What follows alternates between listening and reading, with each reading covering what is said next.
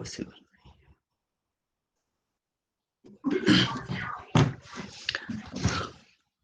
Good afternoon to all my dear friends. Thanks for taking the participation in this particular class, in this particular topic. As you know that the today topic is that how to write answer sheets in the OB format. And on this topic, we will discuss some things.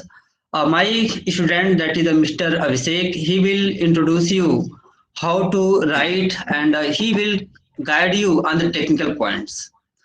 As you know that on the technical points, how to make the PDF file, how to send, what should be the time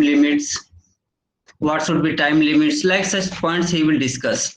Regarding the contents of the answer sheet, I will guide you. And near about the Mr. Abhishek will take 15 minutes, and after that I will take near about the 15 or 20 minutes. And in this session, in this way, there will be a continuation of the sessions. And that's why I am going to invite the Mr. Abhishek. Please come and join it.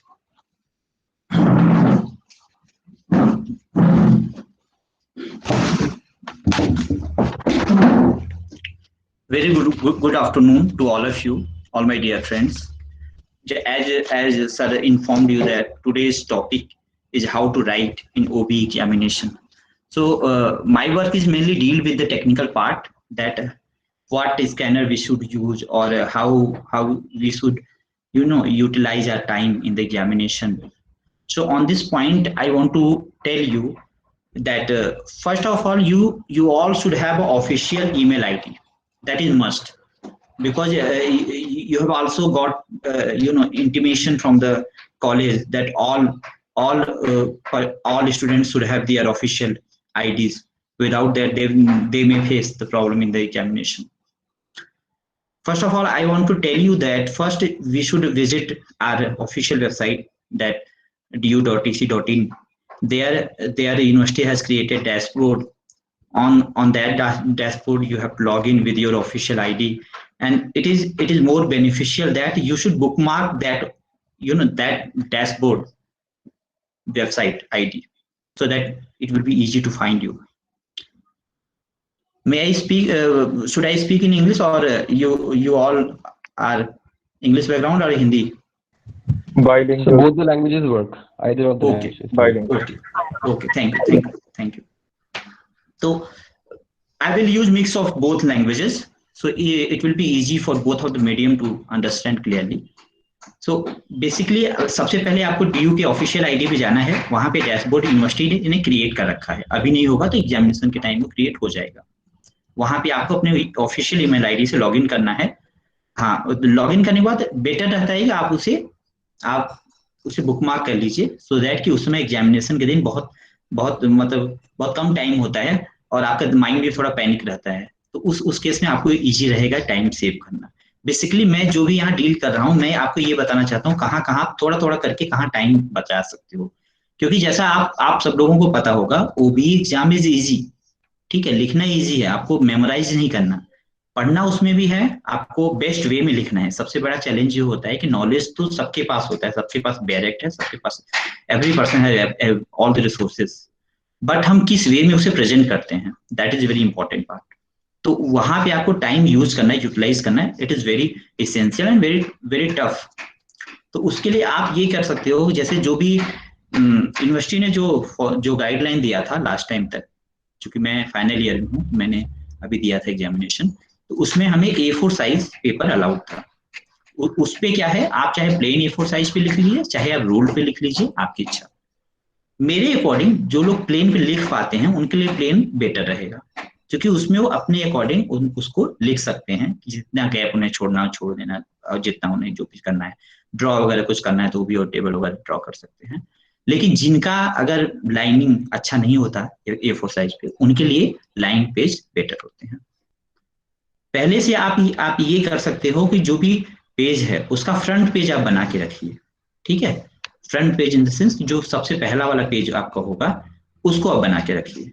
उसको आप एक ही page बनाना हो, क्योंकि जब हम उसमें PDF जब हम सबमिट करते हैं, जैसे हमें जो 5 क्वेश्चन हमें लिखना होता है, 5 का सेपरेट PDF बनाते हैं.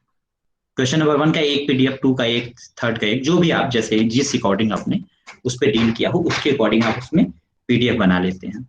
पेज वो जो फ्रंट पेज आपको एक ही बनाना है, उस पर आप पहले से है ना पेजिनेशन 1 डाल के रखेंगे, हर एक में फर्स्ट पेज उसी को स्कैन कर लेंगे। अब उसके लिए मैं आपको डिटेल बताना चाहता हूँ कि उसमें क्या क्या लिखेंगे आप, ठीक है। फ्रंट पेज पे आपने क्या क्या डिटेल आपने लिखना है।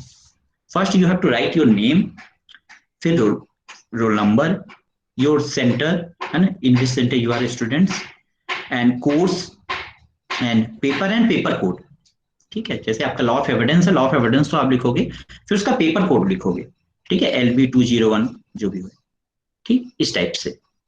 फिर आपको डेट एंड टाइम लिखना है, ठीक है, जिस दिन आपका पेपर हो और जो भी टाइमिंग हो, टाइमिंग में भी इन मॉर्निंग एंड आल्सो में भी इन इवनिंग, ठीक है।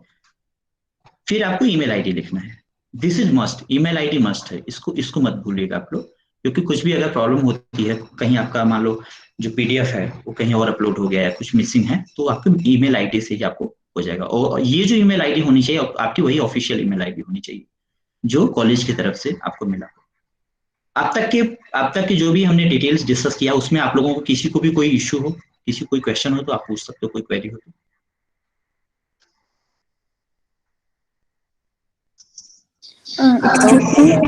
हाँ जी, जब रजिस्ट्रेशन फॉर्म भरा था तो ये ऑफिशियल आईडी नहीं डाली थी, तो पर्सनल आईडी डाली थी। अब कोई इशू तो नहीं होगा उससे? नहीं मैम, कोई इशू नहीं होगा। अब आप एक दिन कॉलेज को आप मेल कर दीजिए, ठीक है, या अगर आप नियर बाई हो तो आप विजिट भी कर सकते हो कि सर हमें एक ऑफिशियल आईडी दे दीजिए, क्योंकि at the time of examination form we had not official ID, so we couldn't write there. नहीं, एक्चुअली ऑफिशियल आईडी मिली हुई है, बट उस टाइम पे सब स्टूडेंट्स बोल रहे थे कि पर्सनल आईडी देनी है, तो हमने पर्सनल आईडी सबमिट कर दी थी। ऑफिशियल आईडी तो मिली हुई है।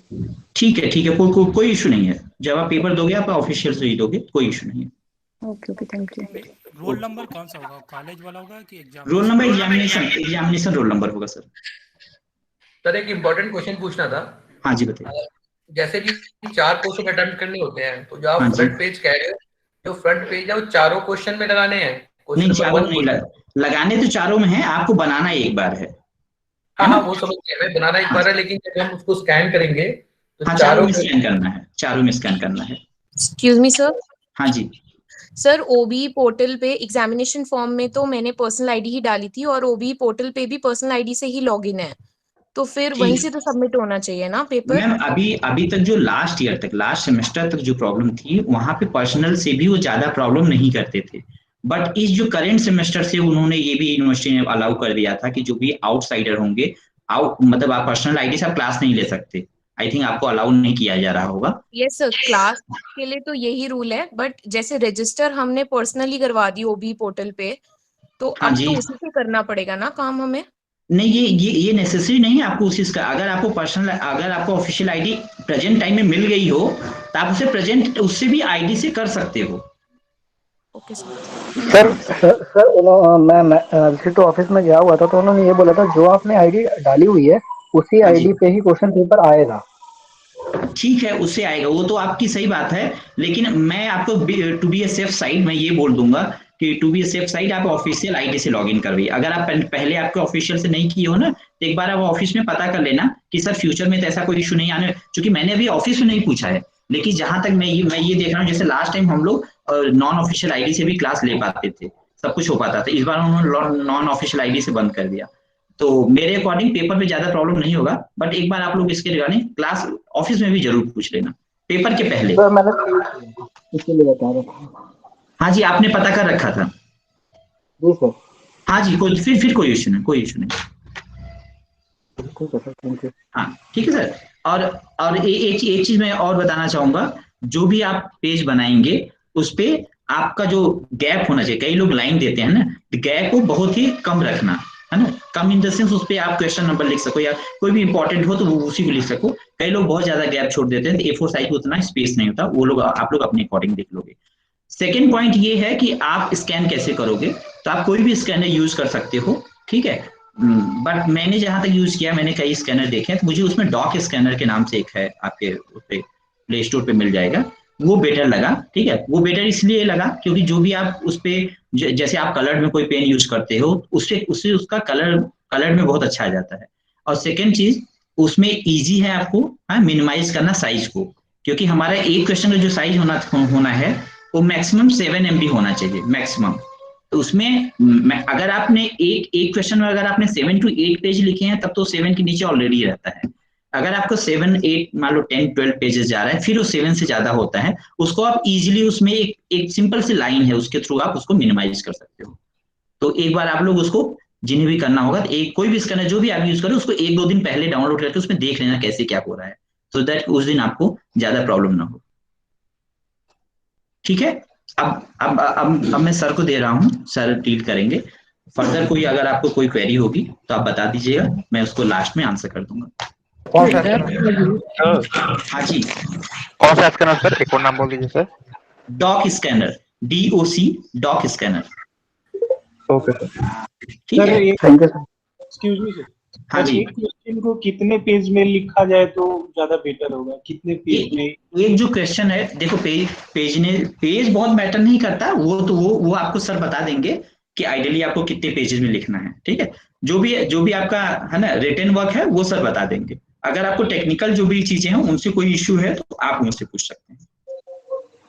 वन मोर क्वेश्चन सर, जब जो क्वेश्चन उल्टा हो जाता है ना, जैसे 1 नंबर का क्वेश्चन 2 में लोड हो गया, 2 वाला 1 में हो गया, तो उस चीज के लिए देखो, अगर आपके पास उस दिन टाइम है, ठीक है, तो उसको आप अनसबमिट करके फिर से सबमिट कर सकते हो।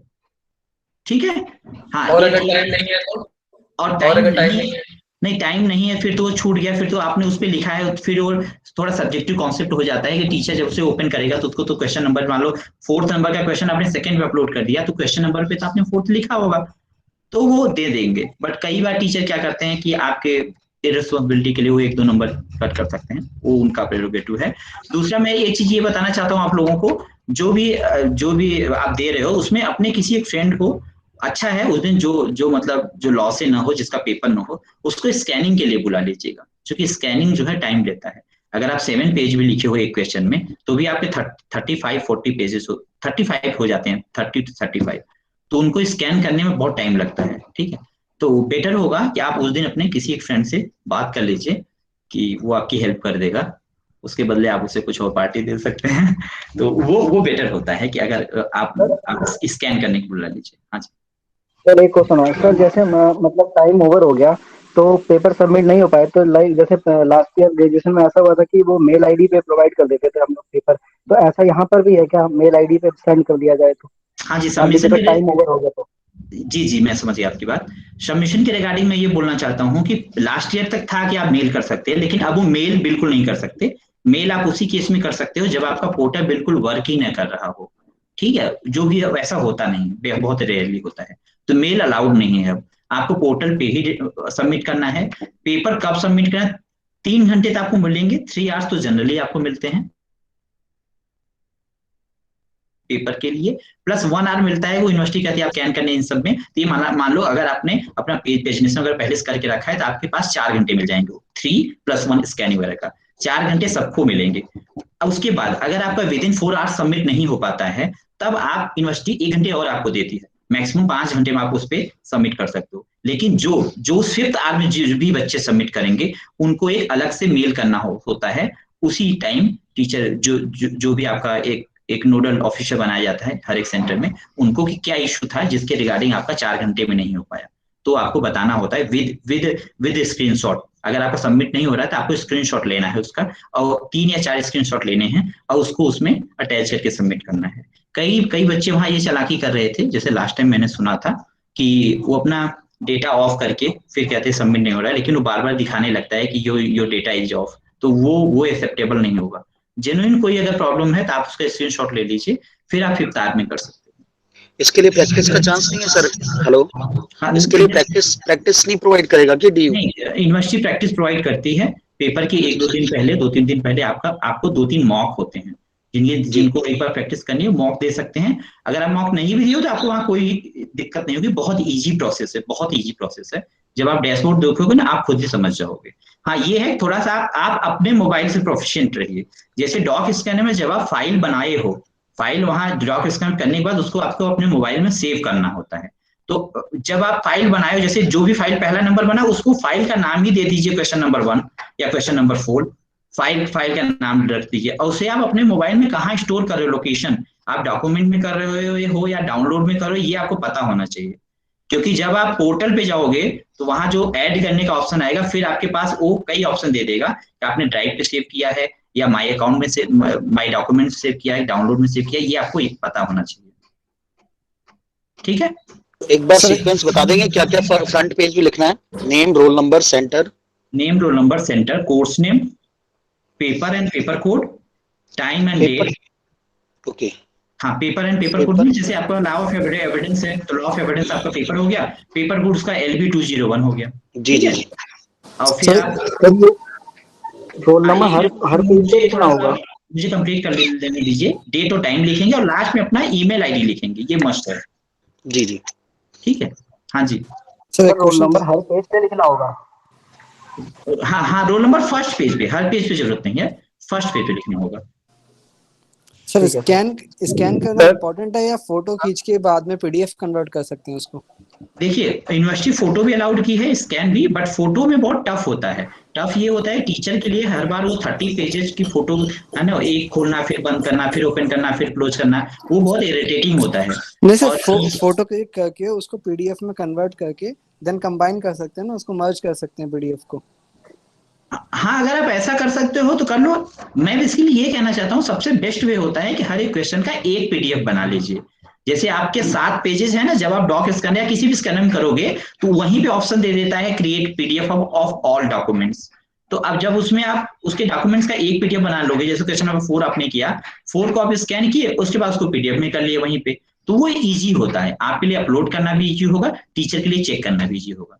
और टीचर हर क्वेश्चन का एक PDF, हेलो, हर क्वेश्चन का एक PDF बनाना पड़ेगा। जी जी जी जी जी। सर ग्रेजुएशन के टाइम लेकिन जो OBE हमने दिया था उसमें हमने पर पेज, मतलब एक क्वेश्चन में अगर हमने 5 पेज या 6 पेज लिखे हैं तो उसको हमने फिर अलग अलग अपलोड किया था पेज बाय पेज, तो वो हम ना करें।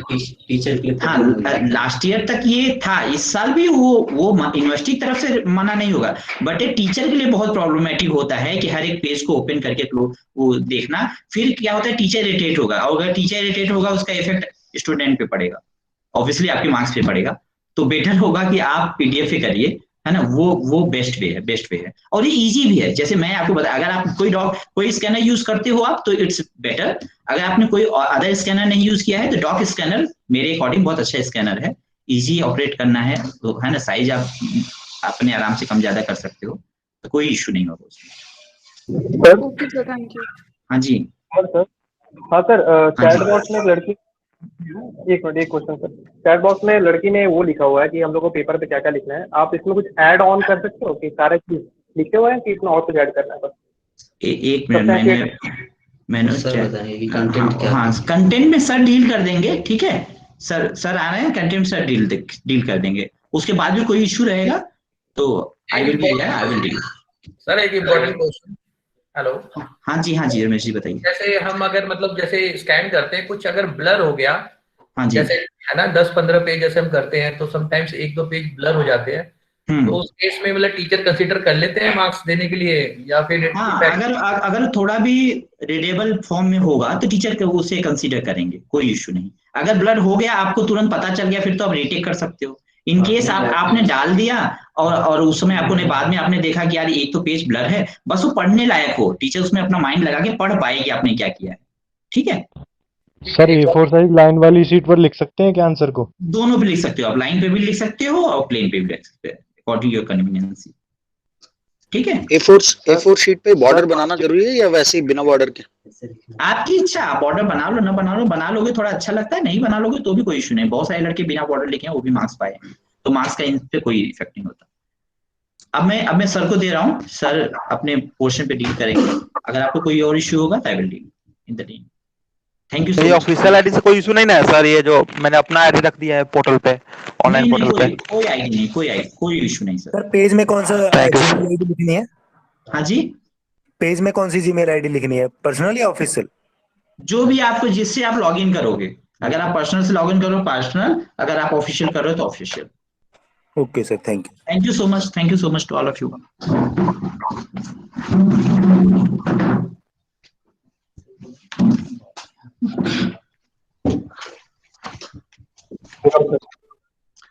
Good evening to all my dear friends. As you know that I am going to discuss some things regarding the how to write the answer sheets as you know that my dear friends Mr. Abhishek Mishra had thoroughly discussed about the how to write and technical points. As you know that and there were several questions. Please आप अपनी mic mute कर लें, otherwise मैं remove कर दूंगा। आप किसी की भी माइक जितने भी है आप म्यूट कर लें, ऑडियो और वीडियो सबका म्यूट होना चाहिए, और जब तक मैं क्वेश्चन पूछने के लिए नहीं कहूँ तब तक कोई क्वेश्चन नहीं पूछेगा, अदरवाइज कोई ऑप्शन नहीं है सीधा रिमूव करने के सिवा। अब मैं यहाँ पे as you know that my mister Abhishek Mishra has discussed several things and I want to add some things and it you can say that this is the my opinion. अब मुझे पिछले सेमेस्टर से मैं काफी चेक भी कर रहा हूँ, उसमें हमने एविडेंस चेक किया, सीआरपीसी चेक किया, अभी हमने डब्ल्यूसीसी के भी नियर अबाउट 200 कापीज हमने चेक किया। तो कुछ चीजें हमने रियलाइज किया कि स्टूडेंट से अगर हम एक्सपेक्टेशन कर रहे हैं तो बेटर ये होगा कि उनको हम इन्फॉर्म कर दें। किसी व्यक्ति को पनिश करने से अच्छा है कि उसको एक बार एटलीस्ट उसको नोटिस दे दिया जाए कि हाँ इस तरह का फॉलो होना चाहिए। एंड बी केयरफुल, ये जो भी हम लोग यहाँ पे ऑर्गेनाइज कर रहे हैं, हम यहाँ पर एज ए टीचर आपके पार्टिसिपेट नहीं कर रहे हैं, हम आपका एक बड़े भाई के हैसियत से पार्टिसिपेट कर रहे हैं, और इसका ऑफिशियल कोई लेना देना नहीं है, इसका यूनिवर्सिटी से कोई लेना देना नहीं है। तो मैं whatever I am saying here, I am not saying as assistant professor, I am saying here as your elder brother, so that's why don't take it like a official points। तो पिछले point में यहाँ पर जैसे कि point आ रहा था कि हम प्लेन कॉपी पे लिखें कि हम लाइनिंग पे लिखें, तो मेरा आंसर ये है कि आप लाइनिंग पे लिखें। अब लाइनिंग पे लिखने के लिए मैं क्यों कह रहा हूँ, जैसे कि आप स्कैन करते हैं तो स्कैन में कई बार आता है कि कुछ पार्ट उसका लाइनिंग सीधी आती है, लेकिन कुछ पार्ट की लाइनिंग जो होती है बहुत ही मतलब स्कैन न होने पाने की वजह से, जैसे मान लीजिए फोल्ड हो गया, अब होगा क्या कि लाइनिंग न होने की वजह से इधर से उधर लाइनिंग पूरी तरह से चेंज हो जाती है। अगर लाइनिंग में रहेगा तो हमें पढ़ने में भी इजी रहेगा और हमें कॉपी चेक करने में भी इजी रहेगा। और मैंने मैक्सिमम 99% बच्चों का देखा हूँ कि जिनकी लाइनिंग पे थी उनका आंसर बहुत ही मतलब आंसर का राइटिंग का जो फॉर्मेट था बहुत ही अच्छा था। तो मेरा आपसे रिक्वेस्ट है कि आप अपने आंसर शीट लाइनिंग पे लिखें। दूसरी बात रही आपकी बाउंड्री पे लिखने की, बाउंड्री बनाए या ना बनाए ये आपका डिस्क्रिप्टिव पावर है, आपको अगर अच्छा लग रहा है तो आप बाउंड्री बना भी सकते हैं, और नहीं तो बाउंड्री नहीं बनाए, बाउंड्री बनाने ना बनाने का कोई लेना देना यहाँ पे नहीं है। तीसरी बात रही कई क्वेश्चन यहाँ पे राइज हो रहे थे कि कंटेंट्स का क्या फॉर्मेट होगा, तो बाकी चीजें तो कंटेंट पर मैं भी डिस्कस करूंगा। रही बात स्कैनर की, तो आपने देखा कि मिस्टर अभिषेक ने आपको जो भी आपको स्कैन का फॉर्मेट बता रहे थे, अभी आप मैसेज में टेक्स्ट मत करिए क्योंकि मुझे अभी रिप्लाई नहीं करूंगा, एकदम हमें साइलेंटली मुझे पढ़ लिया वो कर लेने दो, रिप्लाई करने दो अपने ऑटोमेटिक। तो उन्होंने अभी बताया था कि डॉग समथिंग उन्होंने करके बताया था, आप लोग लिख भी लिए होंगे, बहुत ही अच्छा स्कैनर, स्कैन कर भी लीजिएगा उसे। और जब आप आंसर फाइल करोगे, जब आंसर सबमिट करोगे, तो हमने इसको बहुत फेस किया है, इस बार तो मैक्सिमम मैं फेस ही कर रहा हूँ, इसलिए मैं सोचा कि नहीं कुछ गाइड भी तुम लोग कर दूं। क्वेश्चन आंसर का आप जो नंबरिंग है, जैसे वहां पे 6 क्वेश्चन आएंगे 1 2 3 4 5 6, तो 6 क्वेश्चन में नंबरिंग में अगर मान लीजिए कि सेकेंड नंबर पे 6 नंबर अपलोड हो गया, वहां भी प्रॉब्लम नहीं हो सकता। लेकिन अगर आपकी फाइल जब हम खोलते हैं तो अगर उसका आंसर में अगर ऊपर नीचे हो रहा है, जैसे आपने आंसर लिख दिया फर्स्ट आंसर, लेकिन वहां ऊपर लिखा है क्वेश्चन नंबर 1 और क्वेश्चन नंबर 2, मतलब यहाँ पे आपकी मार्किंग कट जाएगी। तो हमारे कहने का मतलब है कि अपने फाइल का नाम भी जिस क्वेश्चन को लिख रहे हो उसी क्वेश्चन के नाम से सेव कर दो। जैसे मान लीजिए हमने क्वेश्चन नंबर 6 का आंसर लिखा, तो फाइल का नाम क्वेश्चन नंबर 6 होना चाहिए। क्वेश्चन नंबर 2 लिखा तो क्वेश्चन नंबर 2 का फाइल का नाम होना चाहिए। 1 लिखा तो 1 और 3 लिखा तो 3, तो जो भी लिखेंगे आप वही लिखेंगे। रही बात कि उसके एक फॉर्मेट में, जैसा कि स्टूडेंट अभी बोल रही थी, पूछ रही थी कि ग्रेजुएशन में उसने इस तरह से लिखा और यहाँ पे कैसे लिखना है, उसका रिप्लाई ये है कि जैसे उसने कहा कि सर हम लोग फोटो खींच लेते थे और फोटो खींच करके 1 by 1 अपलोड कर देते थे। 1 by 1 अपलोड करने का ये खामियाजा होता है कि जैसे मान लीजिए कि मुझे कॉपी चेक करने को मिल गई और आपने 50 फोटो खींचा, 50 फोटो खींच करके 50 को आपने अपलोड कर दिया।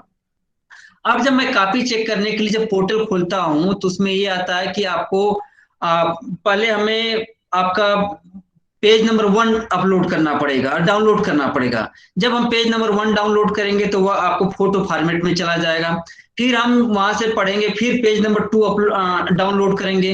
तो मतलब कि ये है कि मान के चलिए कि अगर 50 पेज आपने लिख दिया तो हमें 15 मिनट जो है डाउनलोड करने में, उसको अरेंज करने में, उसका कॉन्सिक्वेंस बनाने में ही खत्म हो जाता है। अगर आप हमें 15 मिनट टाइम यहाँ पे करेंगे, अब जैसा कि मिस्टर अभिषेक ने बता भी रहा था कि टीचर को जितना इजी होगा आप उतने ही फायदे में रहेंगे। बस एक लाइन यही कहना चाहूंगा, जितना टीचर को इनकन्वीनियंट करोगे, जितना इरिटेट करोगे, तो बहुत सारी चीजें हैं, आप अच्छा नंबर पाओगे। हम इसमें कुछ हम आपको नहीं कर रहे हैं, लेकिन इस बात का ध्यान में रखना है। तो टीचर को इरिटेट न करने का सबसे आसान तरीका यही है कि कोई भी जो अपलोड कर रहा है वो फोटो फॉर्मेट में अपलोड ना करे, पिक पॉइंट में अपलोड ना करे, सेपरेट अपलोड ना करे। वो सिंपल सा 4 फोल्डर होना चाहिए, 4 क्वेश्चन का, चारों का सेपरेट होना चाहिए। अब हम क्यों सेपरेट आपको कह रहे हैं कि सेपरेट करने के लिए? Sir voice your breaking. नहीं, हमारा वॉइस तो ब्रेक नहीं हो रहा होगा भाई। क्या वॉइस ब्रेक हो रहा है कि किसी को ब्रेक हो रहा है? No sir, no sir, no sir, no sir, clear है, ऑडिबल सर, क्लियर क्लियर। तो वही रही बात उसकी जिसकी कि थोड़ा सा हाँ, रही बात उस तरह की, जैसे कि हम वही कह रहे थे कि अगर 1 by 1 पिक अपलोड करोगे तो 50 पिक अपलोड करना पड़ेगा, फिर हमें सिस्टमैटिक करना पड़ेगा, फिर हमें प्रॉब्लम होगी। रही बात कि चारों क्वेश्चन का हम एक फोल्डर बना लें कि हम 4 फोल्डर बनाएं। चारों फोल्डर का 4 फोल्डर, 4 क्वेश्चन का 4 फोल्डर बनाओगे तो मुझे इजी रहेगा, कॉपी चेक करने में मुझे इजी रहेगा। कई बार ऐसा होता है कि स्टूडेंट्स क्या करता है, आंसर लिख देता है और क्वेश्चन नंबर लिखना ही भूल जाता है कि मैं कौन सा क्वेश्चन नंबर लिखूं। या आपका जब ऑफलाइन एग्जाम हो रहा था तब भी प्रॉब्लम होती थी, कुछ बच्चे आंसर लिखते समय क्वेश्चन नंबर ही भूल जाते हैं, वो आंसर लिख देते हैं। अगर आपका फोल्डर सेपरेट फोल्डर है तो वहां से भी मैं इजिली गेस कर सकता हूं कि हाँ इसका ये आंसर का, मतलब इस क्वेश्चन का ये आंसर है, इसका ये आंसर है। एक पॉइंट ये रहा। और दूसरा, जब पीडीएफ फाइल जब बनाओगे तो जब 50 पेज का पीडीएफ फाइल बनाओगे और जो 10-10 पेज का पीडीएफ फाइल बनाओगे, अंतर रहेगा, क्योंकि उसका जैसा इन्होंने बताया कि 7 MB तक ही अपलोड हो सकता है। तो 50 पेज का MB कम करना और 10 पेज का MB कम करना, दोनों में बहुत अंतर आ जाएगा। तो तुम लोगों से यही रिक्वेस्ट मैं करता हूं कि तुम लोग जितनी भी फाइल होगी, एक फाइल मत बनाना उसका। 4 क्वेश्चन का एक फाइल नहीं होना चाहिए, 4 क्वेश्चन का 4 फाइल होना चाहिए। अब फाइल का नाम क्या होना चाहिए? फाइल का नाम question number 2, question number 3, question number 4, question number 5 होना चाहिए। इस तरह का फाइल होना चाहिए। इस तरह का बेसिक फॉर्मेट है कंटेंट का। तो कंटेंट में हमने क्लियर कर दिया कि आपकी जो आंसर राइटिंग होगी मतलब कि लाइनिंग पे होगी। जहां तक मेरा मानना है, वैसे अलाउ दोनों है, लाइनिंग पे होगी। पीडीएफ फाइल जो आपकी होगी आपको मतलब कि सेपरेट होगी। पीडीएफ फाइल का जो नाम होगा वो क्वेश्चन नंबर से होगा। अब पेज की बात आएगी, कितने पेज में लिखा जाए। जैसा कि कुछ बच्चों ने, अभी स्टूडेंट ने, किसी ने पूछा था कि नंबर ऑफ पेजेस कितना होना चाहिए क्वेश्चन पेपर में। तो ये नंबर ऑफ पेजेस का ये आता है सब्जेक्ट में कि कई बार ये देखा गया है कि आप 5 पेज लिख करके भी 70 नंबर पा सकते हैं। 5 नंबर पेज लिख करके 70 नंबर पा सकते हैं, और सामने वाला व्यक्ति 80 पेज लिख करके भी वो फेल हो सकता है। तो हमारे कहने का मतलब है कि पेज बहुत डिसाइडिंग फैक्टर नहीं होता है। पिछली बार मैं कॉपी चेक कर रहा था, एक स्टूडेंट ने 80 पेज लिखा। ओबी में एक कॉपी में, WCC एक कॉपी में उसने कितना पेज लिखा? 80 पेज, 80 पेजेस लिखा। अब आप कल्पना कर लीजिए कि वह बच्चा या बच्ची जो थी वह 80 पेज 3 घंटा में कैसे कर ली। अगर 80 पेज 3 घंटा में कर ली उसने, तो किस फॉर्मेट में आकर के उसने स्कैन किया, उसको 4 फोल्डर बनाया, कैसे अपलोड किया। मतलब कि इस तरह का आंसर नहीं होना चाहिए, क्यों कोई भी लेमैन भी कह दे कि आंसर पहले से लिख करके रखा हुआ है। मतलब कि काफी नंबर ऑफ पेजेस उतना ही होना चाहिए जितना रीजनेबल लगे, रीजनेबल होना चाहिए। और ऐसा भी नहीं है कि आप 2 पेज लिख दें और आप कहेंगे सर हमें 25 में 20 नंबर क्यों नहीं दिए, हमें 21 नंबर क्यों नहीं दिए। तो मैक्सिमम बच्चे क्या किए थे, इस बार का मैंने एग्जाम में देखा था कि आप जहाँ पे 2 पेज 3 पेज लिख दे रहे हैं, तो 2 पेज 3 पेज लिखने की वजह से ठीक है कि आप लॉजिकली कहेंगे कि हम 3 पेज में सब कुछ लिख दिया, लेकिन लॉजिकली ये है कि जब आप एक पेज पे आप कहते हैं क्या कि एक पेज पे फ्रंट पेज पर अपना नाम गाम लिख देंगे, जैसा अभिषेक जी ने आपको बताया कि आपको अपना नाम लिखना है, रोल नंबर लिखना है, ऑफिशियल मेल आईडी लिखना है। जिसके पास ऑफिशियल मेल आईडी नहीं है वो बनवा ले। अगर ऑफिशियल मेल आईडी नहीं है तो आपको बहुत ही प्रॉब्लम होने जा रही है, चाहे वह इशू अटेंडेंस का इशू रहा हो, चाहे आपको एग्जाम का इशू हो, चाहे वो रिप्लाई का इशू हो। जिसके पास नहीं है वह जा करके ऑफिस विजिट करे और वह बनवा ले। 3 महीने हो गए लगभग एडमिशन के और आपका ऑफिशियल मेल आईडी क्यों नहीं बना? यूनिवर्सिटी का फंक्शन ये है, बाकी यूनिवर्सिटी का तो मैं नहीं कह सकता। एटलीस्ट DUCC का फंक्शन ये कहता है कि आप अगर मेल करके देखिए विद इन 10 आवर में आपका रिप्लाई आ जाएगा। 10 आवर नहीं, हमने तो जितनी बार मेल किया है विद इन 1 आवर में रिप्लाई हो सकता है। तो जो आपका ऑफिशियल मेल आईडी होता है विद इन 1 आवर में हो सकता है, उसके लिए आप क्यों 3 महीने बीतने के बाद भी आपके पास ऑफिशियल मेल आईडी नहीं है? हाँ, ऐसे आदमी खुद ही बना सकते हैं। अच्छा, ये बता रहे हैं कि कुछ ऐसा भी है कि जैसे कि आप खुद ही मेल आईडी आप बना भी सकते हैं, ऑफिशियल मेल आईडी बना सकते हैं, जनरेट कर सकते हैं, यहाँ पे आप लिंक भेज सकते हैं। बाकी अभिषेक जी आपको बताएंगे सारी चीजें। तो हमारे कहने का मतलब है जब क्लासेस आपका ऑफिशियल चल रहा है, हम क्लासेस क्यों नहीं आपको आपके पर्सनल आईडी से अलाउ कर रहे हैं? क्यों? क्योंकि देखिए हम क्लास जब लेते हैं तो अटेंडेंस नहीं ले पाते हैं। कई बार होता है कि हम अटेंडेंस आपका नहीं ले पाते हैं, लेकिन इसका मतलब नहीं कि आपका अटेंडेंस कहीं रिकॉर्ड नहीं हुआ, वो आपका अटेंडेंस ऑटोमेटिक रिकॉर्ड हो गया, वो अटेंडेंस DUCC के पास चला गया।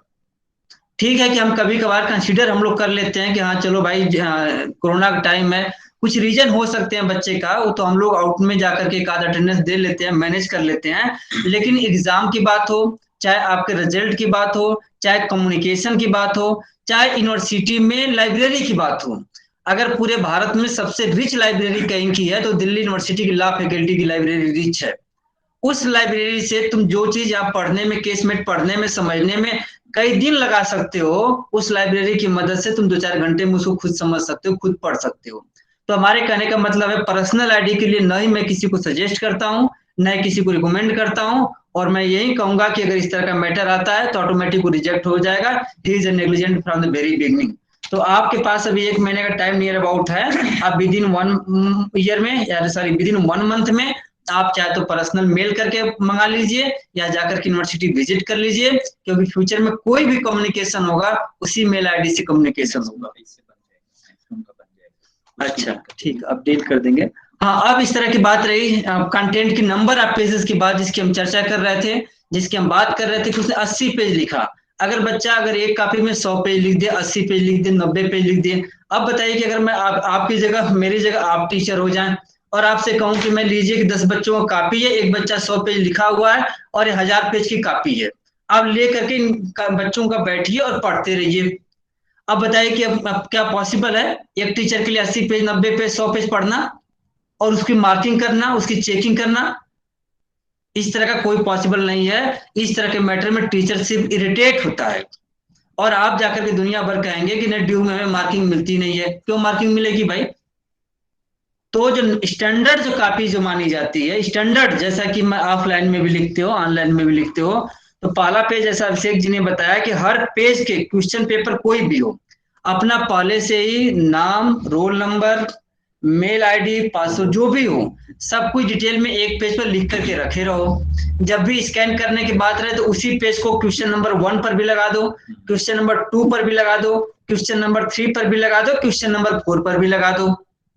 बाय चांस वो रिप्लेस हो जाए या बाय चांस आप अपलोड करने में कहीं और अपलोड हो जाए, बाय चांस 3 अपलोड हुआ, 1 अपलोड ही नहीं हुआ, एरर हो गया मेल आईडी का या किसी तरह का यूनिवर्सिटी का, तो जब उसको भेजोगे, सेंड करोगे मेल के थ्रू, जब सेंड आएगा तो हम ऑटोमेटिक ऑफिशियल मेल आईडी रहेगा तो तुम्हारा आंसर जो है क्लब कर देंगे। मान लीजिए कि 3 कॉपी हमारे 3 क्वेश्चन मैंने चेक किया, एक क्वेश्चन तुम्हारा तुमने मेल किया है, वह किसी और टीचर के पास चला गया, अब कैसे क्लब होगा? मार्क्स डिक्लेयर करना है, रिजल्ट डिक्लेयर करना है, तो क्या होगा? अगर ऑफिशियल मेल आईडी से रहेगा तो हम तुरंत सर्च कर लेंगे 3 क्वेश्चन का ये आंसर है, तो एक क्वेश्चन कोई भी टीचर करे हम तुरंत वहां से क्लब कर देंगे और जो भी मार्किंग होगा हम जोड़ करके आपको रिजल्ट डिक्लेयर कर देंगे। मैक्सिमम बच्चे प्रॉब्लम फेस करते हैं, उनका रिजल्ट डिक्लेयर नहीं होता है, तो जो प्रॉब्लम हुआ आज ऑफिशियल मेल आईडी में कलेक्ट करने में अगर परेशानी नहीं उठा रहे हैं, कल को वही बच्चे जाकर के अपने अटेंडेंस के लिए, अपने मार्कशीट के लिए वहीं दर दर भटकते रहेंगे। तो बेटर यही रहेगा कि आज ही तुम अपना ऑफिशियल मेल आईडी जनरेट करा लो। कंटेंट के तो 7 to 10 पेजेस की स्टैंडर्ड माना जाता है। 7 to 10 पेजेस की जो कॉपी होती है एकदम स्टैंडर्ड मानी जाती है। मान लीजिए चलो ओबी का टाइम है, 1-2 पेज तुम एक्स्ट्रा लिख सकते हो, 4 पेज एक्स्ट्रा लिख सकते हो। तो 7 पेज की काउंटिंग में उस 7 पेज की काउंटिंग कर रहा हूं, जो एक पेज पहले पर जो लिखे हो अपना डिटेल उसको एक्सक्लूड करके, मान लीजिए अगर उसको ऐड कर रहे हो तो टोटल 8 पेज हो जाएगा, मिनिमम 8 पेज हो जाएगा। ये कोई यूनिवर्सिटी का रूल रेगुलेशन नहीं है कि आपका 7 पेज होना चाहिए कि 8 पेज होना चाहिए। ये तो एक बड़े भाई होने की हैसियत से, क्योंकि मार्किंग का मुझे वैल्यू समझ में आता है, क्योंकि हम लोग ड्यू से LLM किए हैं तो बहुत सारी चीजें आती हैं, हम लोग फेस किए हैं, आज भी मार्क्स को लेकर के मैं हमेशा फेस करते रहता हूँ। इसलिए तुम लोगों को मैं बता रहा हूँ कि इस तरह की चीजों को ध्यान में रखना होगा। तो अगर 8 पेज काउंट कर रहे हो तो तुम्हारा एक जो पहला पेज है उसको एक्सक्लूड करना पड़ेगा, सॉरी उसको एक्सक्लूड करके 7 पेज और इंक्लूड करके 8 पेज। तो मिनिमम कितना पेजेस होना चाहिए? मिनिमम 7 पेजेस होना चाहिए। अब जैसे मान लीजिए कि जब ऑनलाइन में तुम ऑफलाइन में एग्जाम देते थे तो एक जो कॉपी तुम्हें मिलती थी, एक शीट जो मिलता था उसका 24 पेज मिलता था। तो नॉर्मली बच्चा क्या करता था, हर एक बच्चा 24 शीट एक पेज कम से कम लिखता ही था। कुछ बच्चे 1 पेज 2 पेज 3 पेज लिख देते थे। तो हमारे इस कहने का मतलब है स्टैंडर्ड 7 पेज, मिनिमम 7 पेज, और अगर वहां बढ़ाना चाहते हो तो 12 पेज 13 पेज, लेकिन 15 पेज से कभी एक्सीड मत कराओ। 7 पेज से लेकर के 15 पेज के बीच में ही अपने आंसर शीट को रखो। इससे ज्यादा अगर एक्सीड करा रहे हो तो हम समझ जाएंगे कि नहीं भाई कुछ गड़बड़ है, इस तरह का मतलब जेन्युइन स्टूडेंट नहीं लग रहा है, ठीक ना।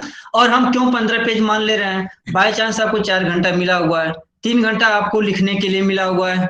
भाई साहब म्यूट कर लीजिए, आप वीडियो आप म्यूट कर लीजिए। अंकित वीडियो म्यूट कर लो। सर एक पेज 1 शीट और 1 page 1 side. 1 page 1 side. For example, this is the 1 page, okay, and from this side this is the second page, okay. In this way, total page is that in this page, total page is that 2 pages. One is the front side and other is the back side. 2 page. 2 page का मतलब ये हो गया, अगर मैं 7 page कह रहा हूँ 8 पेज कह रहा हूँ तो मतलब 4 पन्ना हो गया, 4 पन्ना, ठीक ना। 1 2 3 4 इतना ही लिखना है। और आप अंदाजा लगा सकते हैं कि आप LLB के स्टूडेंट हैं तो इतना लिखने में आपके लिए बहुत ज्यादा हर्डल नहीं होना चाहिए। इतनी प्रैक्टिस तो होना ही चाहिए, क्योंकि तुम लोग अब एडवोकेट हो, अब एडमिशन होने का मतलब है कि एडवोकेट हो, मिनिमम एडवोकेट हो। बाकी तो तुम जज बनो, प्रोफेसर बनो, लॉयर बनो, और एडवोकेट अपने आप में सफिशिएंट है। वो तो सबका मतलब कि सबका कह सकते हैं कि हिंदी में कह सकते हैं बॉस है, ठीक ना। पर क्वेश्चन 4 पेजेस सर। सर पर क्वेश्चन और पर मतलब लाइक पेपर। वही तो।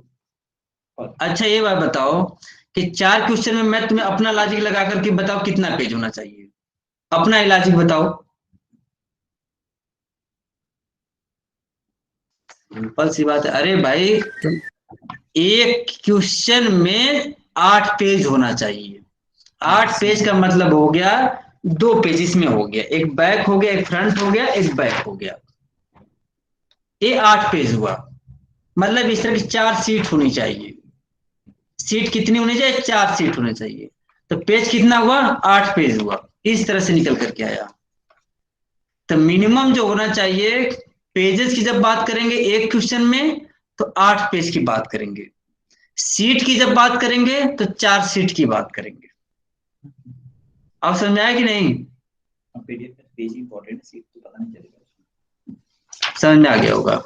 और दूसरी बात, पेज की नंबरिंग होनी चाहिए। Page number 1, page number 2, page number 3, page number 4, page number 5, 5, 6, 7, 8 page की नंबरिंग होना चाहिए। पेज की नंबरिंग क्यों होनी चाहिए? बाय चांस स्टूडेंट ने अपना स्कैन करना शुरू किया, अब जल्दी जल्दी में जो स्कैन करना था 1 किया, 2 किया, 3 मिस कर गया, 4, 5, 6, 7, 8 कर दिया। 8 कंप्लीट करने के बाद उसको रियलाइज हुआ अरे यार हमारा तो पेज नंबर 3 तो स्कैन ही नहीं हुआ था। अब वो क्या करे? क्या पूरा PDF डिलीट करे, पूरा स्कैन डिलीट करे, फिर से ऐड करे? नहीं, ऐसा करने की जरूरत नहीं है। अगर पेज की नंबरिंग रहेंगी तो हम पेज नंबर 3 भले ही लास्ट में है लेकिन हम कंसीडर करके मार्किंग कर देंगे आपकी। तो आपकी पेज नंबरिंग रहेगी। तो अगर पेज नंबरिंग नहीं रहेगी तो अब हमें जब क्वेश्चन पढ़ेंगे, जब फ्लो में नहीं आएगा तो हम उसको सर्च करना शुरू करेंगे, इसका फ्लो कहाँ गया। अब उसका सर्च करने में ही हमें 10 मिनट लग जाएगा कि वास्तव में इसका सीक्वेंस क्या है। तो पेज नंबरिंग नहीं है तो मान लीजिए कि आप नुकसान उठाने जा रहे हैं, क्योंकि फ्लो टूटेगा और टीचर सर्च करेगा, सर्च करने में कितना पेज पढ़ेगा उसका फ्लो ला करके जोड़ेगा आपके पास। तो ऐसा नहीं, तो पेज नंबरिंग होनी चाहिए। अब ऐसा बेसिक चीज के बाद हम आपको कंटेंट बताएंगे। कंटेंट की रिगार्डिंग तो मैं पहले भी बताना चाह रहा था।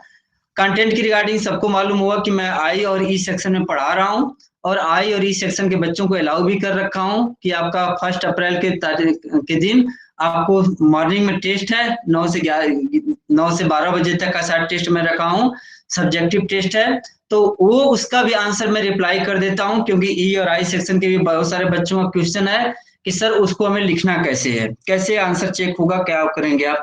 तो जो लिखने का कंटेंट होगा वो यहाँ पे मैं आपको शेयर कर दे रहा हूँ, उन बच्चों के लिए भी होगा जिनको मैं पढ़ा रहा हूँ, और जिनको नहीं पढ़ा रहा हूँ तो है ही, कोई प्रॉब्लम ही नहीं है उनके लिए।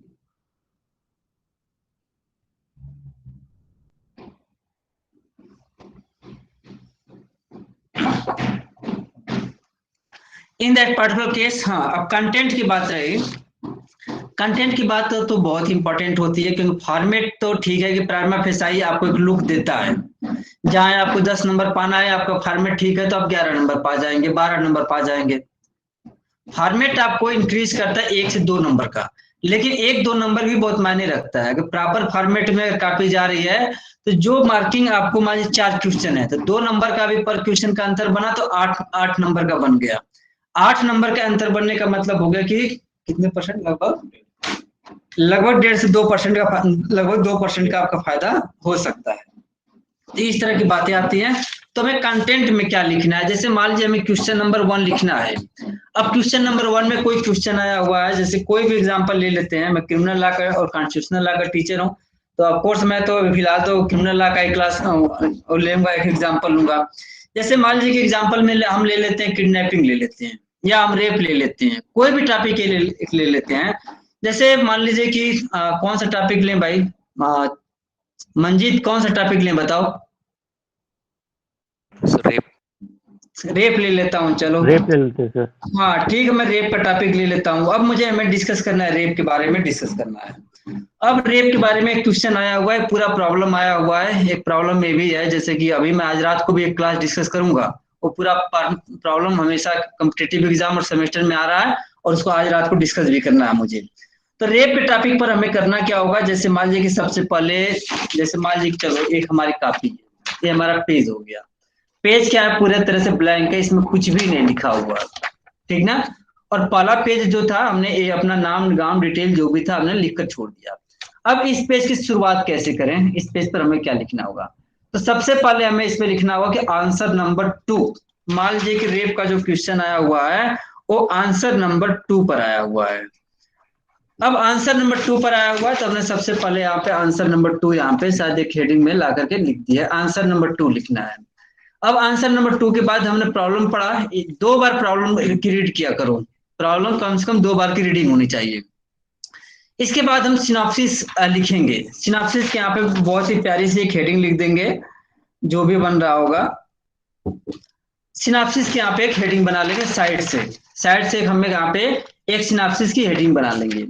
सिनॉप्सिस की हेडिंग बनाकर सिनॉप्सिस में हमें क्या लिखना होगा, यहाँ पे हमें कुछ नहीं लिखेंगे। यहाँ पे सिनॉप्सिस में हम ये बताने जा रहे हैं कि आपको जो मेन कंटेंट होगा उसमें हम क्या क्या लिखेंगे। देखिए ये प्रोसीजर बहुत ही डिफिकल्ट है। सिनॉप्सिस लिखना वही बच्चा सिनॉप्सिस लिख सकता है जो जिसको कि बहुत ही कॉम्प्रिहेंसिव और बहुत ही डीप नॉलेज हो। जिसके पास सब्जेक्ट का कॉम्प्रिहेंसिव और डीप नॉलेज नहीं है वह स्टूडेंट्स एटलीस्ट सिनॉप्सिस नहीं लिख सकता, क्योंकि सिनॉप्सिस लिखने के लिए एक साथ सारी चीजों को कलेक्ट कर लेना होता है कि इस टॉपिक पे 4 लीडिंग केसेस हैं, इस टॉपिक पे 4 इंपॉर्टेंट प्रोविजंस हैं, इस टॉपिक पे 2 लैटिन मैक्सिम्स हैं, इस टॉपिक पे मतलब सारी चीजें इस तरह का डिटेल में आपको तुरंत कलेक्ट करके रखना है। इसका सिनॉप्सिस लिखने का एक और भी फार्मूला हो सकता है कि तुम अपने जितने टॉपिक हैं, जैसे कि 6 क्वेश्चन आएंगे, तो तुम अपने हर एक टॉपिक का सिनॉप्सिस लिख करके पहले से रख लो लिख करके। हम ये नहीं कहते कि उसी का स्कैन करके सेंड कर देना, लेकिन उसमें क्या होगा, जैसे मान लीजिए रेप का टॉपिक आएगा, प्रॉब्लम कोई भी आ जाए, आपको इंट्रोडक्शन लिखना है, तो पहली हेडिंग आपकी यहाँ बन जाएगी इंट्रोडक्शन की। पहली हेडिंग क्या बनेगी, इंट्रोडक्शन की बनेगी। दूसरी हेडिंग अगर आपकी बनेगी तो ऑब्जेक्ट की बनेगी। दूसरी हेडिंग आपके ऑब्जेक्ट की बनेगी। 1 मिनट तुमसे 2 मिनट टाइम दो, अभी मैं स्कैन वो करके रुक जाओ, 2 मिनट टाइम। नहीं इसका है ना, PDF file is sir synopsis मतलब क्या होता है? वेट करो प्लीज, वेट। इसका ना एक इशू मैंने बनाया नहीं, बना देता हूँ अभी। इसका क्या है, इस 2 मिनट काम है, खुल ही नहीं रहा है, थोड़ा सा 1 मिनट रुको। हाँ आ गया।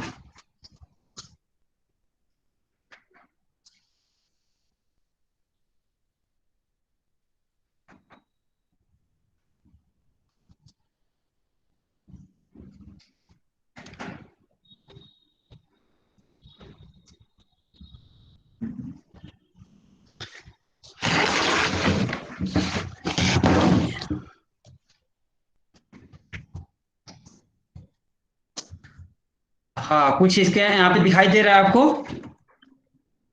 Yes sir. Yes sir. एक मिनट रुक जाओ थोड़ा सा, मुझे थोड़ा सा इसका साइज। ओके ओके ओके, 14 का लिख लेता हूँ, सही रहेगा। हाँ अब यहाँ पे हमें क्वेश्चन नंबर 2 लिखना है, ठीक ना? क्वेश्चन नंबर 2 लिखना है। क्वेश्चन नंबर 2 में हम यहाँ पर आपको चले जाएंगे, सबसे पहले सिनॉप्सिस देंगे। एक बात और ध्यान में रखना कि हमारे इंग्लिश का स्पेलिंग बहुत ही गलत होता है, या तो तुम गलत मानो या सही मानो, लेकिन जो है सो है। रुक जाओ मैं लिख, यस यहाँ पे हो गया। हम सिनॉप्सिस की एक हेडिंग बना लेंगे, ठीक। सिनॉप्सिस का हेडिंग बनाने के बाद हम यहाँ पर पॉइंट वाइज चले जाएंगे। पॉइंट वाइज हम जाएंगे तो क्या लिखेंगे? सबसे पहले हम इंट्रोडक्शन लिख देंगे। इंट्रोडक्शन, इसके बाद हम क्या करेंगे? यहाँ पे कुछ नहीं, यहाँ पे एक्सप्लेन नहीं करेंगे। I am not going to explain this particular points. I have written here the introductions. I want to say that in the later stage, I will explain what is the introduction of this particular topic. जैसे हमारा topic for time being के लिए यहाँ पर हमें rape के topic पर हमें डिस्कस करना है, ठीक ना? किस पॉइंट पर डिस्कस करना है? हमें रेप पर डिस्कस करना है।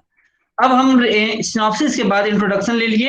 इंट्रोडक्शन में हम ऑब्जेक्ट लिखेंगे, सॉरी इंट्रोडक्शन के बाद हम ऑब्जेक्ट लिखेंगे। ऑब्जेक्ट लिखने की हम क्यों चर्चा करते हैं कि कोई भी लॉ ऐसा नहीं है जो कि बिना ऑब्जेक्ट के लिखा जाता हो। It is a mandatory law is enacted with to fulfil the certain object. अगर ऑब्जेक्ट नहीं तो लॉ का मतलब ही क्या है? हमारा एक पर्पस होता है। जैसे हमने रेप लॉ इंसर्ट मतलब लाया है, आईपीसी में रेप लॉ है, तो आईपीसी में रेप लॉ क्यों लाया गया? क्यों लाया गया? Why we have provisions regarding the rape law? For the protections of the women, to punish the persons who are committing such types heinous crime. तो हमारा एक ऑब्जेक्ट होता है। अब ऑब्जेक्ट में हम क्या लिखेंगे, कैसे लिखेंगे, हम आगे आपको बताएंगे, लेकिन फिलहाल हम यहाँ पे ऑब्जेक्ट लिखेंगे। अब ऑब्जेक्ट के बाद हमारा तीसरा पॉइंट क्या होगा? तीसरा पॉइंट हम लिखेंगे यहाँ पे लीडिंग केसेस लिख देंगे। यहाँ पे हम लीडिंग सॉरी स्टैट्यूटरी प्रोविजंस लिखेंगे।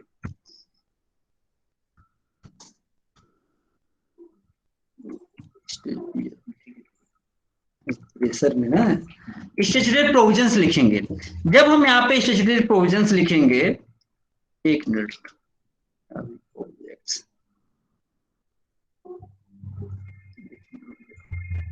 अब हम यहाँ पे स्टैट्यूटरी प्रोविजंस लिखेंगे। अब हमें स्टैट्यूटरी प्रोविजंस के आगे लिखना होगा कौन सा प्रोविजंस। जैसे मान लीजिए कि हमें यहाँ पे डिस्कस करना है, प्रॉब्लम है हमारा सेक्शन 375 का है। 375 का क्या है? आईपीसी है। अब हम यहाँ पे थोड़ा सा इसकी मदद लेते हुए आईपीसी का 375 कर दीजिए। अब इसी प्रॉब्लम के साथ साथ कहीं न कहीं हमारा प्रॉब्लम है, विकास थोड़ा सा क्लास ले रहा हूँ, बाद में बात करता हूँ, ठीक ठीक ओके। अब यहाँ पे हमने 375 आईपीसी लिख दिया। अब 375 आईपीसी के साथ साथ कई बार ऐसा होता है जो स्पेसिफिक प्रोविजन पर टच करता है। जैसे मान लीजिए कि हमें मथुरा रेप केस का एक प्रॉब्लम है, जिसमें ये इशू था कि ने लड़की ने कंसेंट दिया कि नहीं दिया, या लड़की से फोर्सफुली कंसेंट ले लिया गया। मथुरा रेप केस में 2 पुलिस वालों ने एक लड़की का रेप किया है पुलिस स्टेशन में, तो वहां पे क्वेश्चन राइज था कि उसने कंसेंट दिया था या नहीं दिया था। तो हम यहाँ पे स्पेसिफिक इसको ले सकते हैं कि section 375 thirdly, as you know that thirdly is talks about that when the person has given the consent, when there was a threat to causing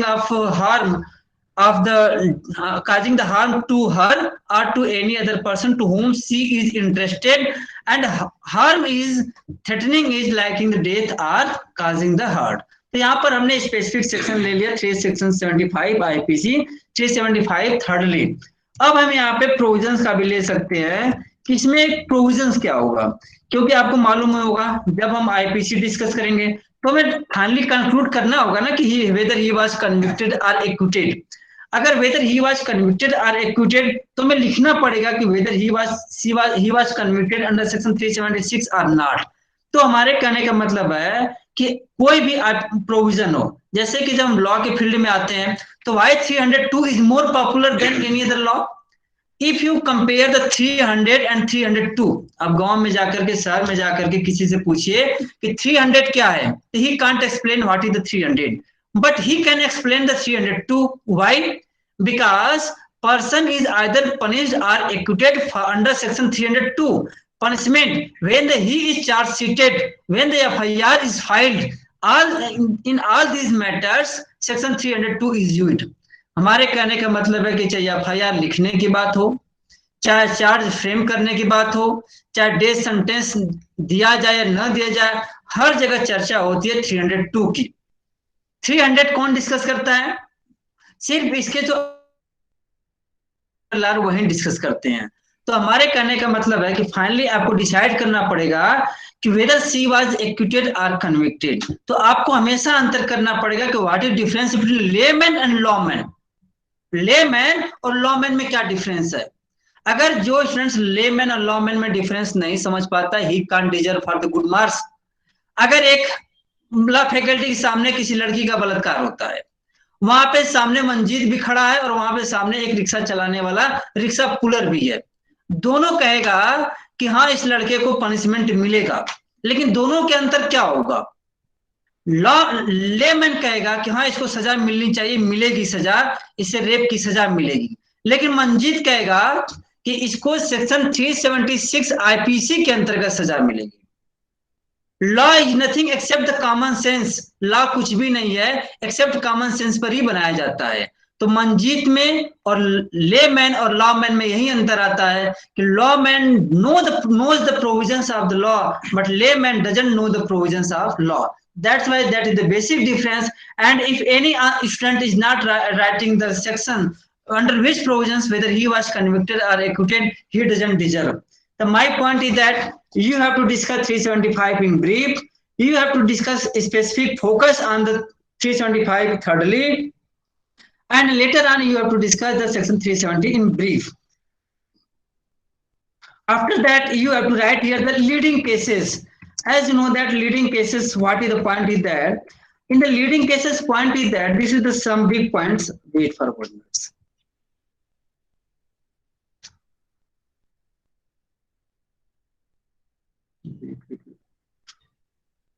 For the example, leading cases.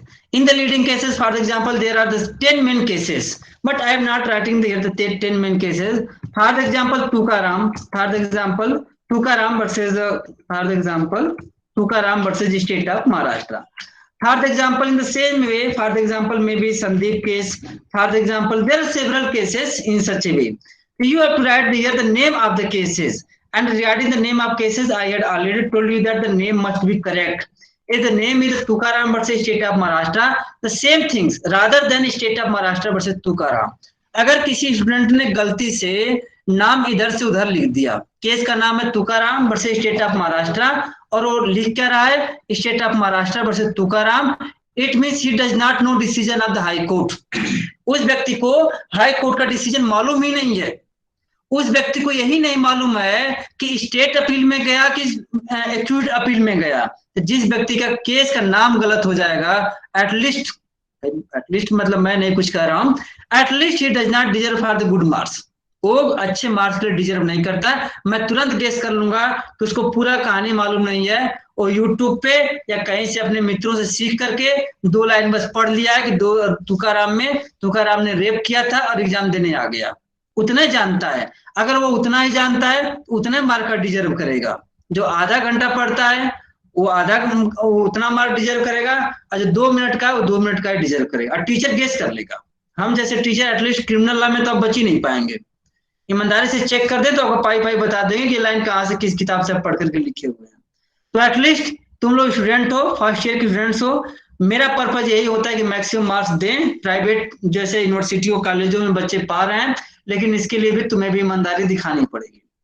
अब तुम कहो कि blank page पर 85, 80, 90 marks दे दें, तो ऐसा तो कम से कम नहीं होने वाला है। हाँ, अगर लिख दोगे तो मिलने में देर भी नहीं लगेगी। तो इस तरह की चीजें हैं। तो नाम केस का नाम प्रॉपर वे में होना चाहिए। Tukaram versus state of Maharashtra का चीजें होना चाहिए। और देखो, केस जब लिख रहे हो, जब केस जब आगे भी लिखोगे, चाहे यहाँ पर लिख रहे हो, यहाँ क्रोनोलॉजी तुम्हें फॉलो करनी पड़ेगी। बाय चांस तुकाराम का केस डिसाइड हुआ है 1978 में, और दिलीप का, फॉर एग्जाम्पल संदीप का केस डिसाइड हुआ है, संदीप का केस डिसाइड हुआ है 1977 में। अब बताओ यार, क्रोनोलॉजी में क्या होना चाहिए? पहले तुकाराम का केस लिखोगे कि पहले संदीप का नाम लिखोगे? अगर क्रोनोलॉजी फॉलो नहीं किया, उस पर मार्क्स काट दूंगा। अब क्यों मार्क्स काट दूंगा? क्यों ऐसा मैं कह रहा हूँ? क्यों इतना मैं उस तरह का हूँ? सर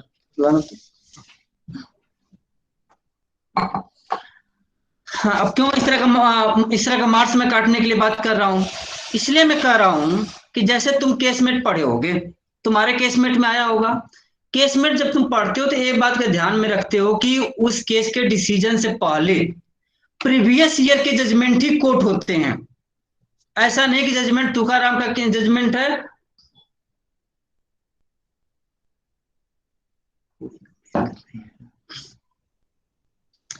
ऐसा नहीं कि तुकाराम का जजमेंट 1978 का डिसाइड हुआ है तो उस केसमेट में तुम्हें 2000 का जजमेंट मिल जाएगा, 2005 का जजमेंट मिलेगा। क्यों नहीं मिलता है? तो हमारे कहने का मतलब होता है कि जो प्रीवियस जजमेंट होते हैं, प्रीवियस जजमेंट के रेशियो को जब डिफेंस लायर आता है, प्रोसिक्यूटर लायर आता है, तो दोनों आर्गुमेंट करते हैं। उस आर्गुमेंट पे जो प्रीवियस ईयर के जजमेंट होते हैं, वो बहुत ही डिसाइडिंग फैक्टर होते हैं। तो हमारे कहने का मतलब है किसी भी स्टूडेंट्स को क्रोनोलॉजी को हमेशा फॉलो करना होगा। अब एक केस यहाँ से, संदीप का केस यहाँ से हटेगा। अब इसको हटाकर हम कहाँ रखेंगे? हम एटलीस्ट तुकाराम को पीछे करेंगे और संदीप को केस को हम आगे करेंगे। क्यों ऐसा करेंगे? क्योंकि ऐसा भी हो सकता है कि तुकाराम का केस जब आर्गुमेंट हो रहा था तो तुकाराम का जो एक्यूज था उसके बिहाफ पे डिफेंस लॉयर ने संदीप का रेशियो डिस्कस किया हो।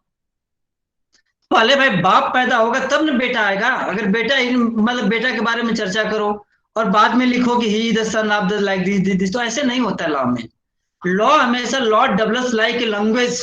लॉ का अपना डेवलपमेंट का एक इतिहास होता है।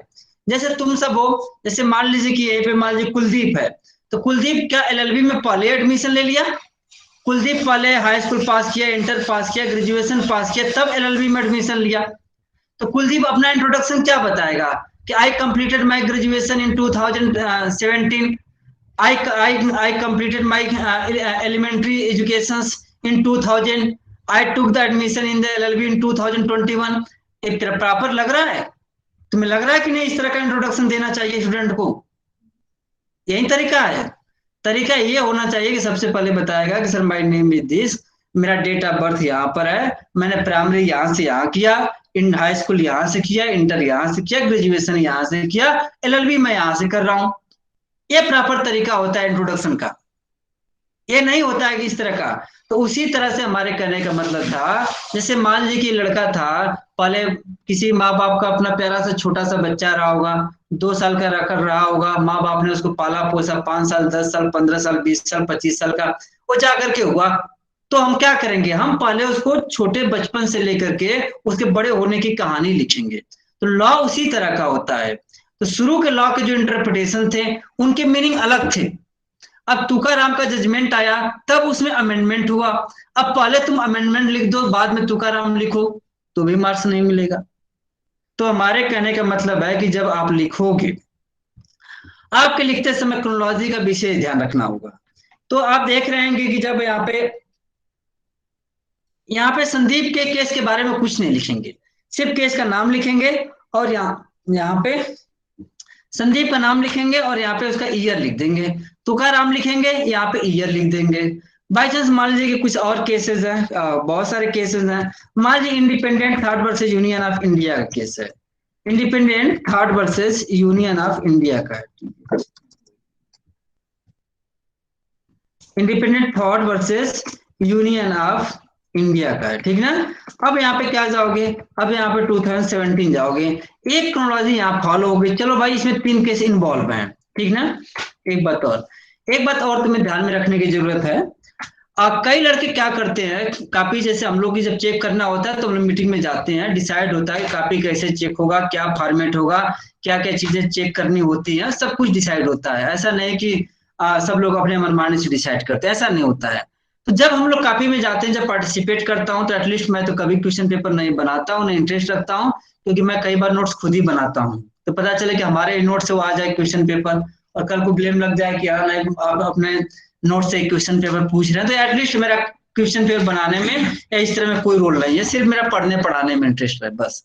तो अब जैसे फिर भी चेकिंग जब डिस्कस होता है, पिछले बार से मैं जब डिस्कशन में जा रहा हूँ, कंटिन्यू जा रहा हूँ, तो तुम लोग जान ही रहे हो कि 3 साल ड्यू में परमानेंट पढ़ाते हुए हो गया, और 2 साल डाक में पढ़ाया था, और बाकी जगह यूनिवर्सिटी कॉलेज में तो पढ़ाया ही हूँ।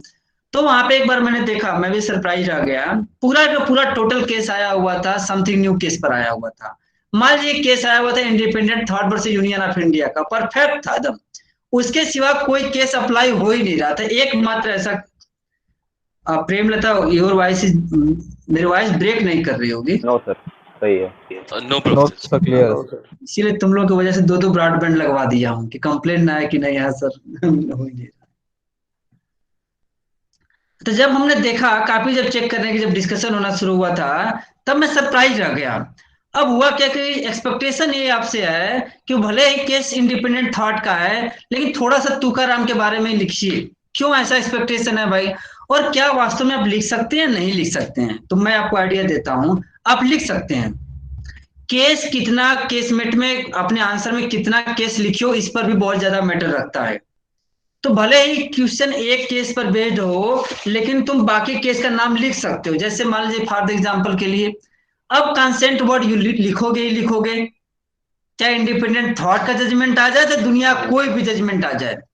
रेप लिखना है तो आपको कंसेंट वर्ड डिफाइन करना ही पड़ेगा। तो कंसेंट वर्ड का मीनिंग क्या है, ये तुकाराम के केस में डिस्कस किया गया था। तो तुकाराम के केस में इसको डील कर सकते हो, इसको पढ़ सकते हो। इसी तरह से एक जजमेंट का और नाम मैं बताऊंगा, उस जजमेंट में कहा गया था, उसका judgement something versus state of Punjab का जजमेंट है। उसको थोड़ा सा मुझे 1 मिनट लेना पड़ेगा, आज पढ़ाया नहीं था, जिसमें कार लेकर के लड़के को लेकर चला जाता है, वो भरत राजा नहीं वो है किस्मत में होगा। हाँ क्या नाम बता रहे हो? बिरसा सिंह। नहीं, मुझे एक मिनट दे दो मुझे, मैं उस केस का गुरमीत सिंह सर। हाँ गुरमीत सिंह स्टेट ऑफ पंजाब का है भाई, थैंक्स। तो पहले से पढ़ रखी हो क्या? हाँ yes sir, I studied that case. अच्छा okay thanks. And whatever the Gurpreet Singh versus State of Punjab, name of the case is that. For example, in that particular circumstance, in that particular case, Honorable Justice explained. He said that the rape is more heinous than murder. He said that rape is much more heinous than murder. Why rape is more heinous than the murder?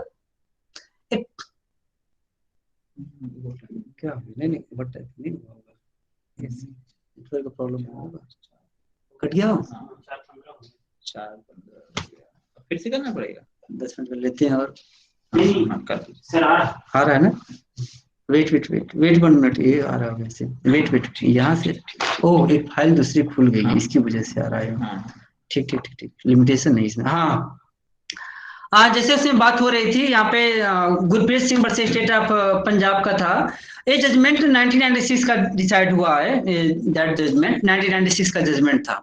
उसमें supreme court ने कहा था कि rape is much more heinous than murder. Why rape is much more heinous than murder? Honorable Supreme Court said that in the case of a murder, you are destroying body only one time. Rape के murder के मामले में एक बार उसके body को cut कर देते हो, डेथ कर देते हो, उसका कहानी खत्म हो जाती है, उसको एक बार पेन होता है। लेकिन रेप के मामले में each and every moment she die, each and every moment she die, उस लेडीज पर इतना बुरा इफेक्ट पड़ता है कि हर पल हर क्षण उसे लगता है कि मेरे साथ क्या हो गया, मतलब हर पल वो डाई करती है, उसके सोल को डिस्ट्रॉय कर देते हो। In the case of the murder, you are destroying the body, but in the case of the rape, you are destroying the soul. So my point is that destruction of soul is more heinous than the destruction of the body. So my point is that judgment you can write in the introductions. In the introductions, for example, here I have put the introductions. Once you, for example, take 1 minute, after that, like this, आपको synopsis एक बार complete करने दो. Leading cases हो गया, statutory provisions हो गया. अब यहाँ पे लिखोगे solution लिखोगे, या रुक जाओ, involvement of problem and statutory provisions. Evaluation of एक heading बनेगी, evaluation of evaluation सही है. Evaluation of problem with case statutes and cases, ये सबसे इंपॉर्टेंट होता है, क्योंकि इसी पॉइंट को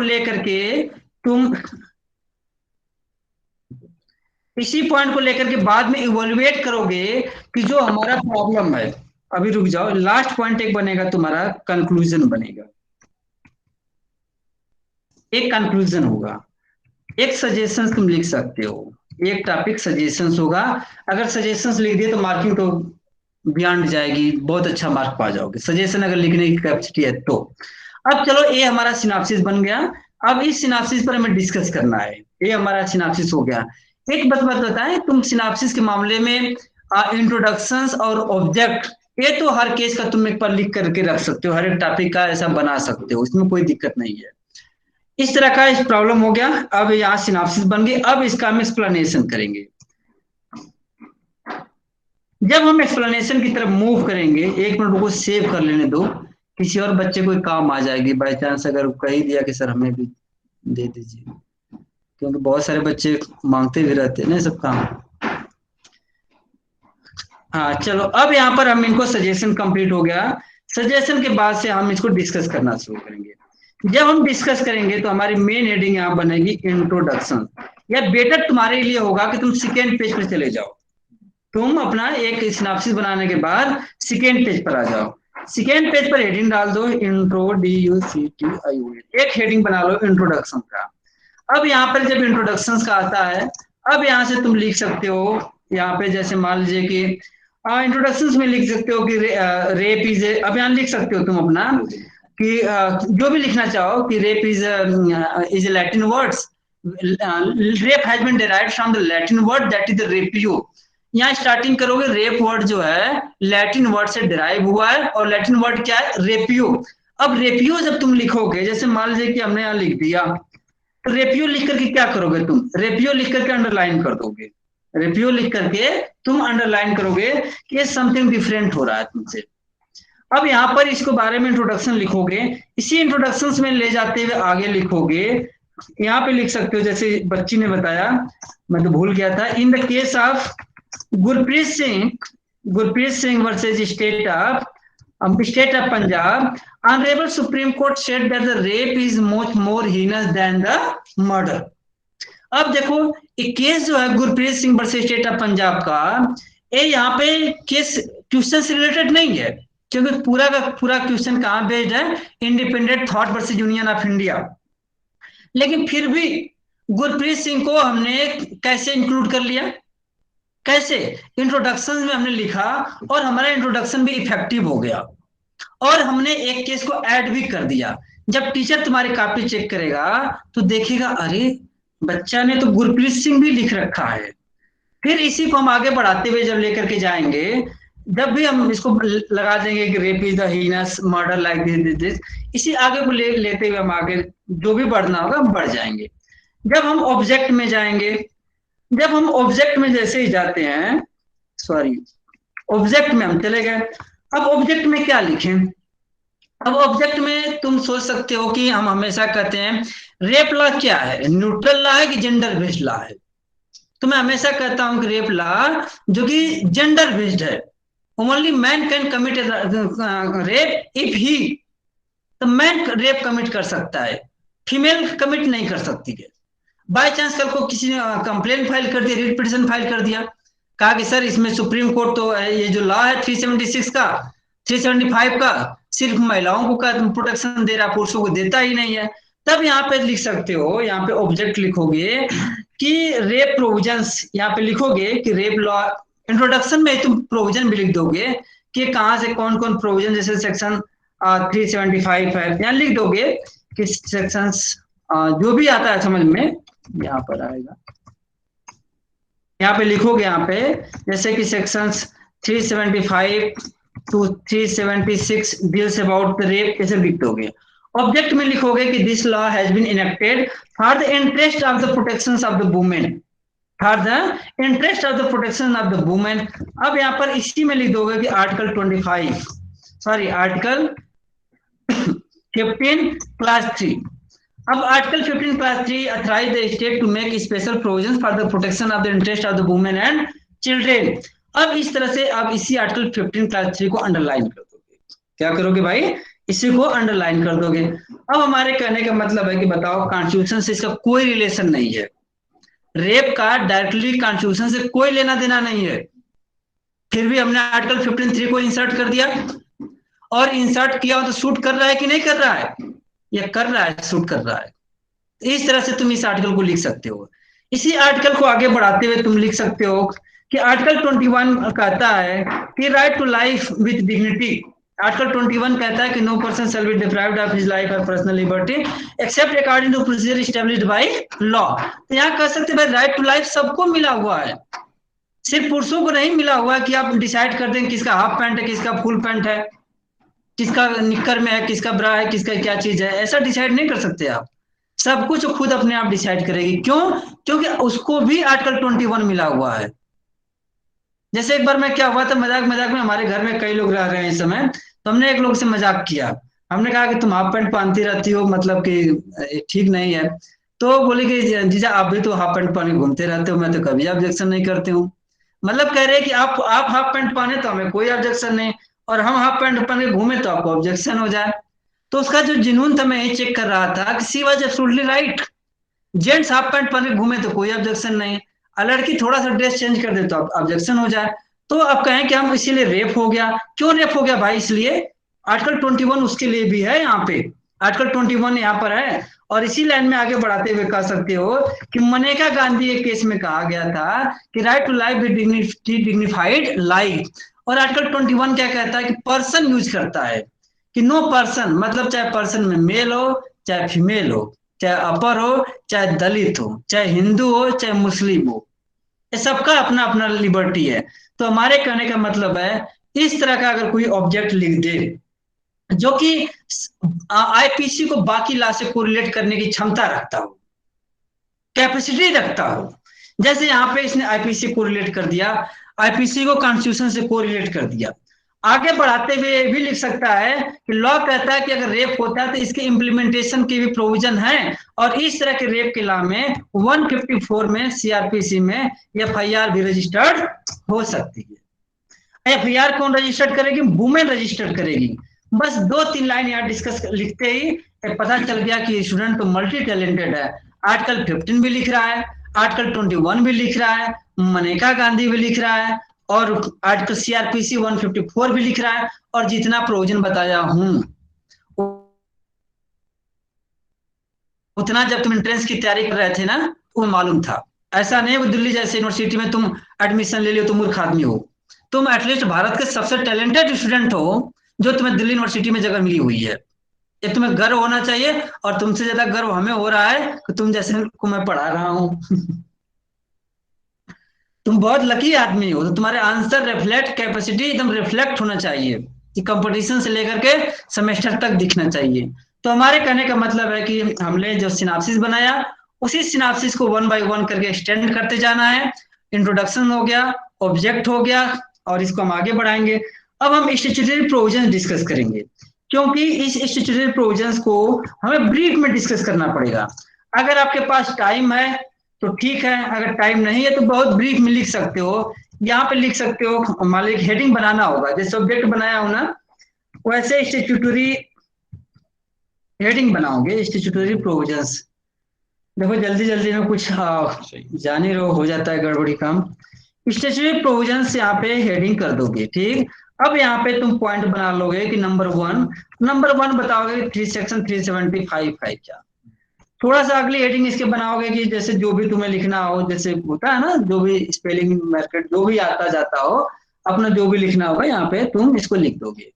अब थोड़ा सा ब्रीफ में जा करके इसको यहाँ पे 2 बना लोगे, हेडिंग 2 बना करके फोकस कर दोगे कि भाई हमें सेक्शन 375 कहता है, 375 का थर्डली क्या कहता है।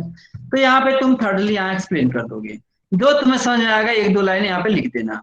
इसके बाद तीसरा पॉइंट आता है। एक बात और है, ओबीई में कोई भी स्टूडेंट बेरेक्ट का वर्डिंग ना उतारे। अगर आपकी बेरेक्ट की वर्डिंग उतार रहे हो कि ना, उसमें लिखा हुआ है आईपीसी में 2 पेज का बेरेक्ट है, हम पहले से लिख करके रखे रहे, बेरेक्ट की वर्डिंग उतारने पर नंबर काट देंगे। क्यों? क्योंकि आपको बेरेक्ट ऑलरेडी दिया जा चुका है, तुम बेरेक्ट खोल के बैठे हुए हो, हम तुम्हारे बेरेक्ट का नॉलेज चेक नहीं कर रहे हैं। I am checking your evaluation capacity, उस बेरेक्ट को अप्लाई करके कितना तुम स्कोर कर सकते हो। एक बार की बात है, हरियाणा मेंस में हम एग्जाम देने गए थे।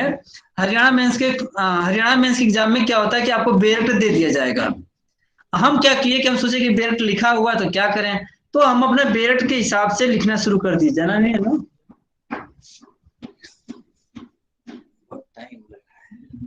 सही है ना भाई, कोई दिक्कत नहीं है तुम लोगों को ना? नो सर,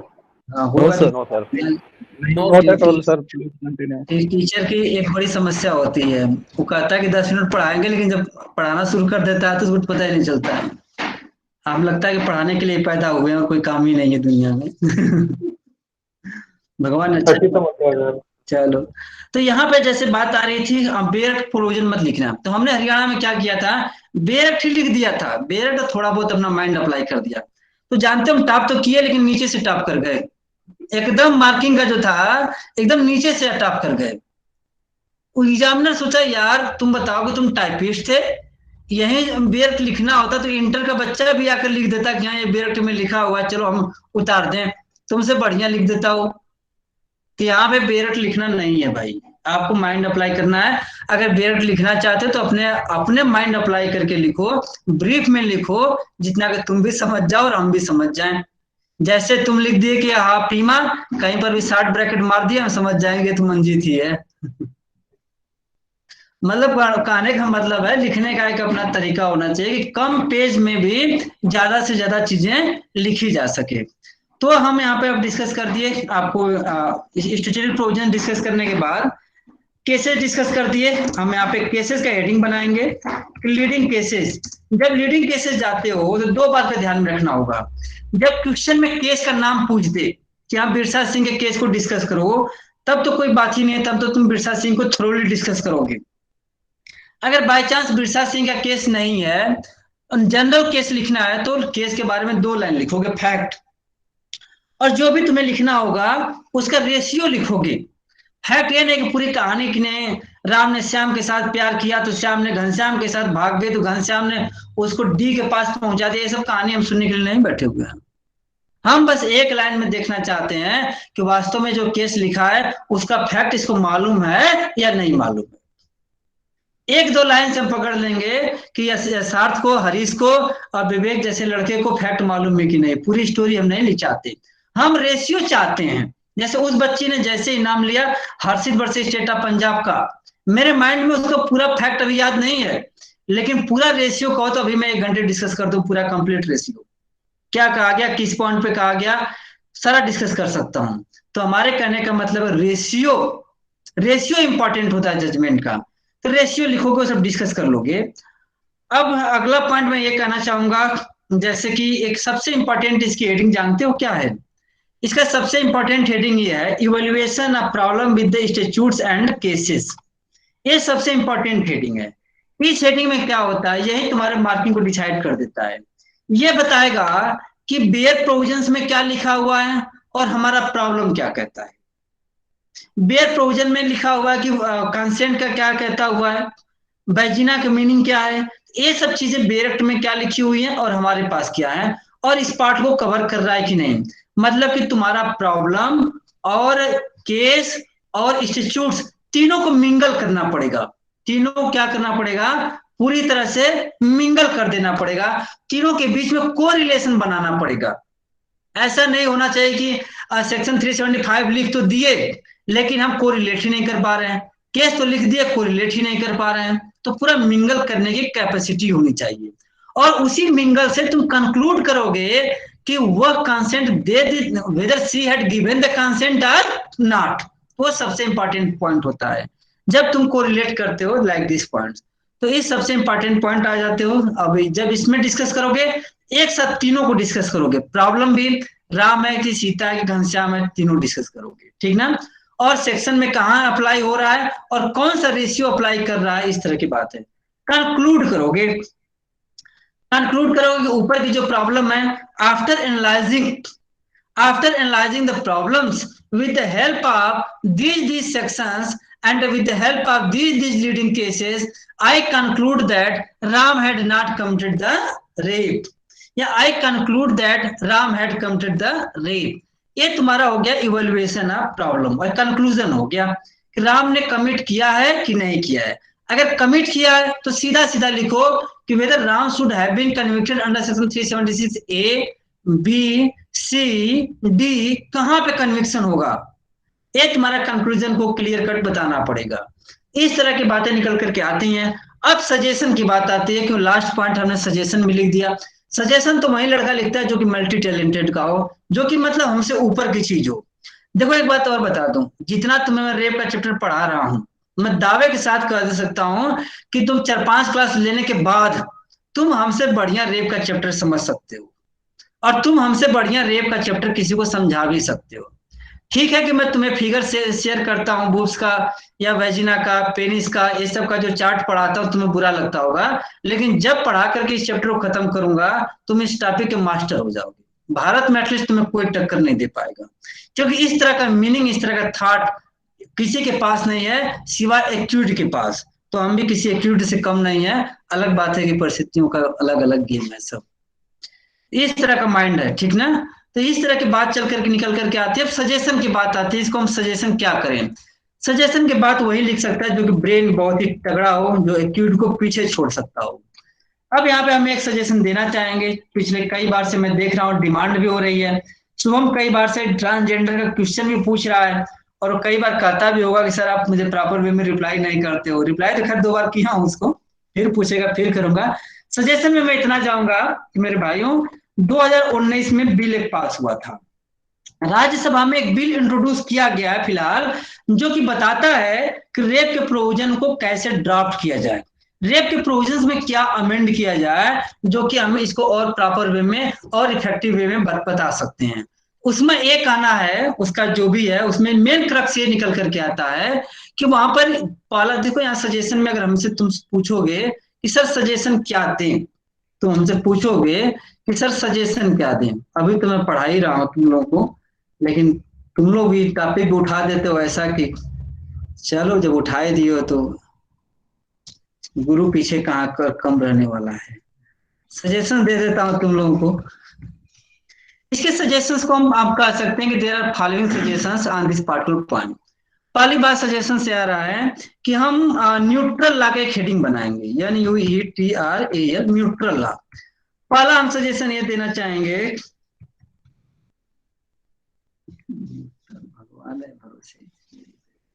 हाँ न्यूट्रल लॉ की जो है पॉइंट है, यहाँ पर हम यहाँ लिखेंगे कि भाई रेप का जो लॉ है ये न्यूट्रल होना चाहिए, या मेल ही नहीं फीमेल के साथ भी अगर कुछ मैटर होता है तो ये रेप माना जाना चाहिए। एक बार की घटना है, महिलाएं भी अगर मौका पा जाए तो पुरुषों का रेप करने में पीछे नहीं हटती हैं, चाहे वो मूवी हो, चाहे आप देखते हो कि नहीं अक्षय कुमार का किस तरह से रेप होता है।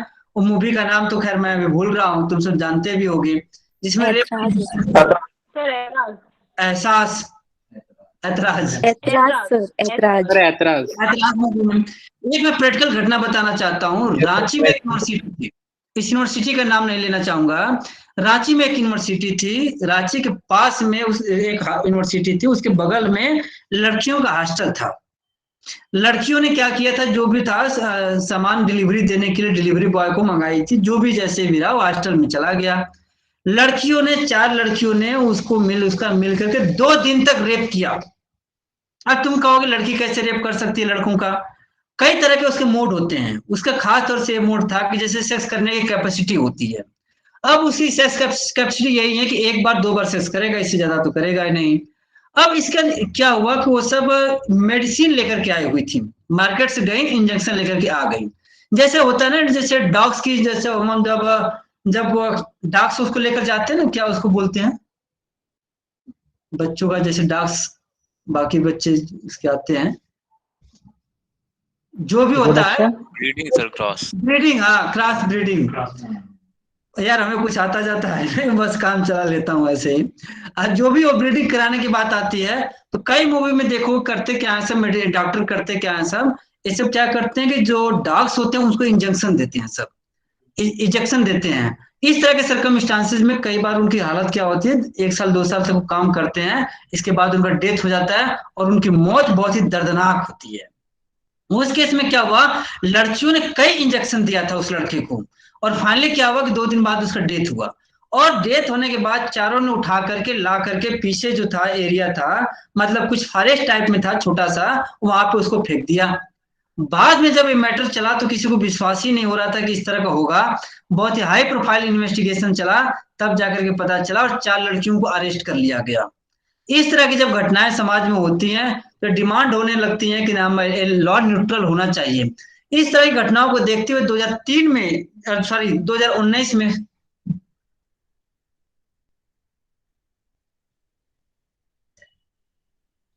तो पूरा कमाल दिखा रहा है।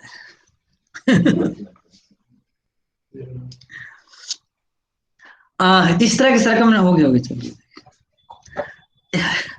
इस तरह के सरकमस्टांसेस में जो आता है, तो 2019 में पहला रिकमेंडेशन ये निकल करके आता है कि 2019 का जो अमेंडमेंट है, जो न्यूट्रल लॉ के लिए बिल पेश किया गया है, पास नहीं हो पाया है, राज्यसभा में रखा गया था, पास नहीं हो पाया था, लेकिन फिर भी अपना सजेशन दे सकते हो कि we are living in the 21st century and we should also reconsider the law which were enacted near about 150 years ago। तो मॉडर्न टाइम में इस लॉ को हमें न्यूट्रल लॉ बनाने की जरूरत है। तो पहला सजेशन हमें न्यूट्रल लॉ के पॉइंट पर होगा कि न्यूट्रल लॉ बनाने की जरूरत है। अब सेकेंड पॉइंट पर हम रिकमेंडेशन आपको देना चाहेंगे, बहुत ही अच्छा सा रिकमेंडेशन था। हाँ, सेकेंड पॉइंट पर रिकमेंडेशन हमने देना चाहेंगे, जेएस कमेटी की रिपोर्ट थी। जेएस कमेटी बर्मा की रिपोर्ट सबको मालूम होगा, जो दिल्ली गैंग रेप के बाद में ये कमेटी कॉन्स्टिट्यूट हुई थी। जेएस बर्मा कमेटी के बहुत सारे रिकमेंडेशन थे, उस रिकमेंडेशन को फॉलो नहीं किए गए। तो आप जेएस बर्मा कमेटी है क्या, उतना डिटेल में जाने की तुम्हें जरूरत नहीं है, थोड़ा बहुत तो मैं तुम्हें पढ़ा दूंगा, लेकिन बस इतना कह देना कि there is a time has come to implement the JS Burma committee in the state in the words in the letter and spirits, that is the point is that JS Burma। तो तुम्हारे suggestion हो गए, और इस suggestions के साथ तो हम समझ रहे हैं कि हमारे बच्चे इसको समझ गए होंगे कि सिनाप्सिस एक पेज पे होना चाहिए। ए आपका सिनाप्सिस होना चाहिए, ए आपका इंट्रोडक्शन होना चाहिए, और इस तरह ऑब्जेक्ट लीडिंग केसेस।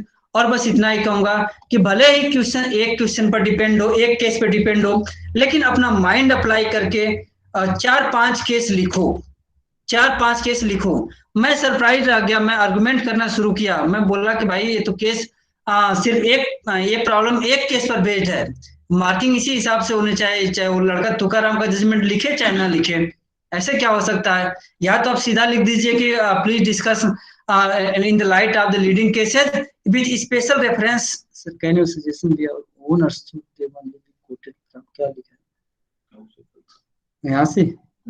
नहीं, यहाँ से नहीं खुलेगा भाई। देखो यार, हम टेक्निकली साउंड नहीं है, मैसेज मत करो, जो पूछना है वो पूछ लिया करो। यहाँ पे सर मैं पूछ रही थी, जो सजेशंस हैं can they be our own personal suggestions, या फिर हमें कोट ही करना पड़ेगा, जैसे बिल को कोट किया एंड कमेटी को कोट किया? देखो, पर्सनल सजेशंस और कोर्ट दोनों तरह का इसमें अलाउ हुआ है।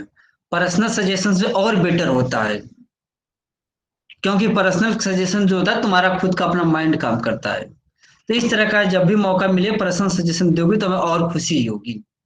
लेकिन पर्सनल सजेशन के साथ साथ अगर कोट करोगी तो देखो हम लोग लॉ मैन है, हम लोग हर काम लॉ के पॉइंट से डिस्कस करते हैं।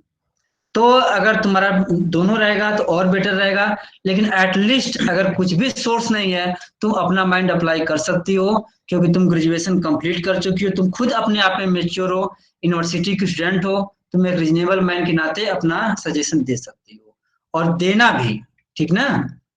इकट्ठे हैं से सर जो केसेस हमें लिखने हैं वो केसमैट के बाहर से भी केसेस लिख सकते हैं? देखो यार, केसमेट के बाहर, केसमेट तो मैं ओरिजिनली बता दूं, मेरा पर्सनल एक्सपीरियंस है कि मैं 99% केसेस में केसमेट पढ़ता ही नहीं हूँ। मैं जो पढ़ता हूँ ओरिजिनल जजमेंट से पढ़ता हूँ, उसी केस को केसमेट में क्या होता है, कट पेस्ट रहता है। हेलो, हाँ अभी मैं बात कर रहा हूँ।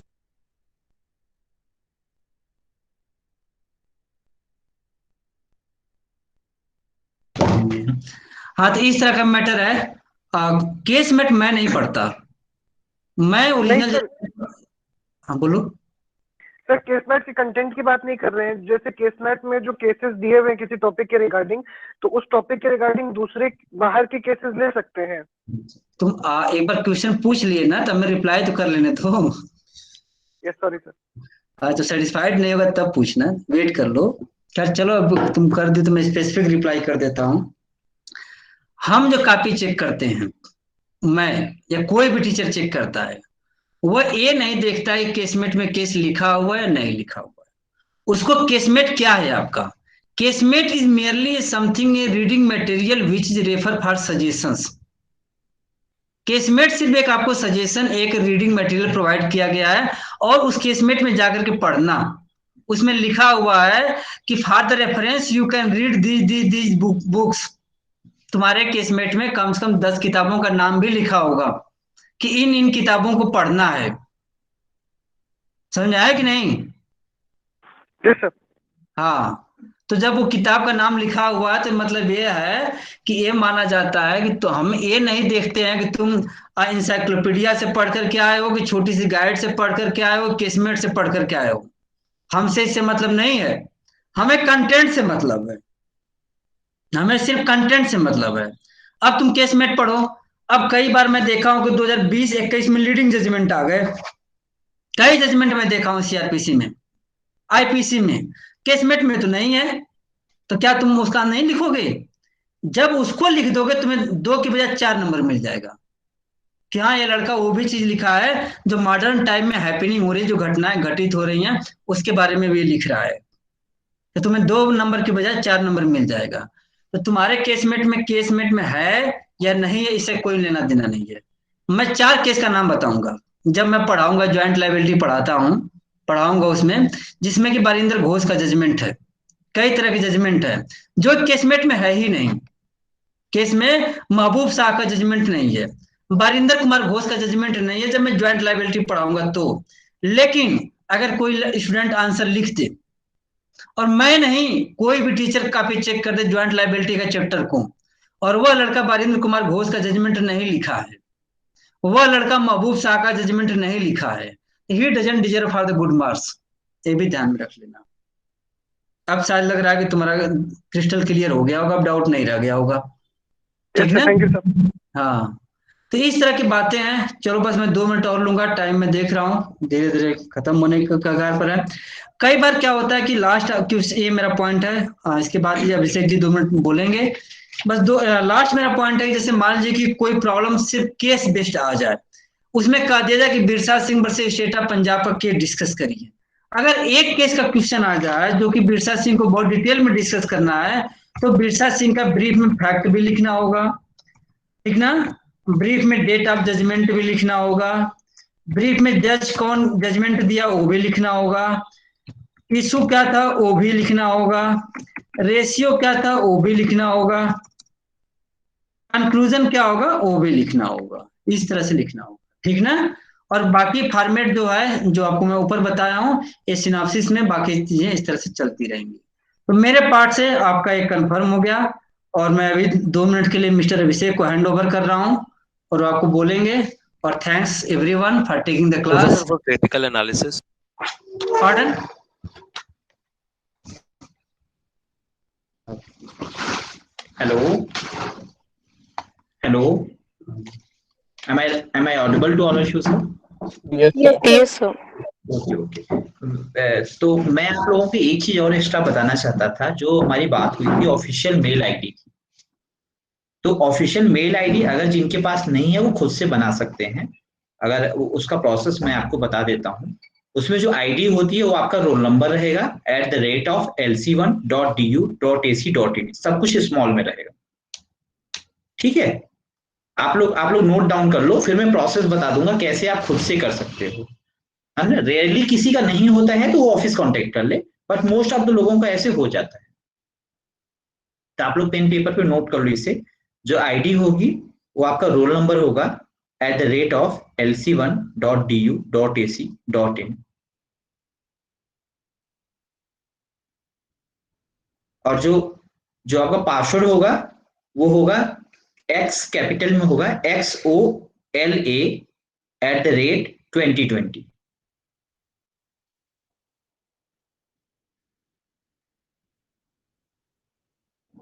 ठीक है, लिख लिया आप लोगों ने? आप इसको आप लॉगिन रिपीट करेंगे सर, एक बार रिपीट करेंगे सर, एक बार। हाँ जी, आपको लिखना होगा। मैं चैट बॉक्स में लिख दे रहा हूँ, आप वहां से देख लीजिए, otherwise it will be difficult. 1 minute.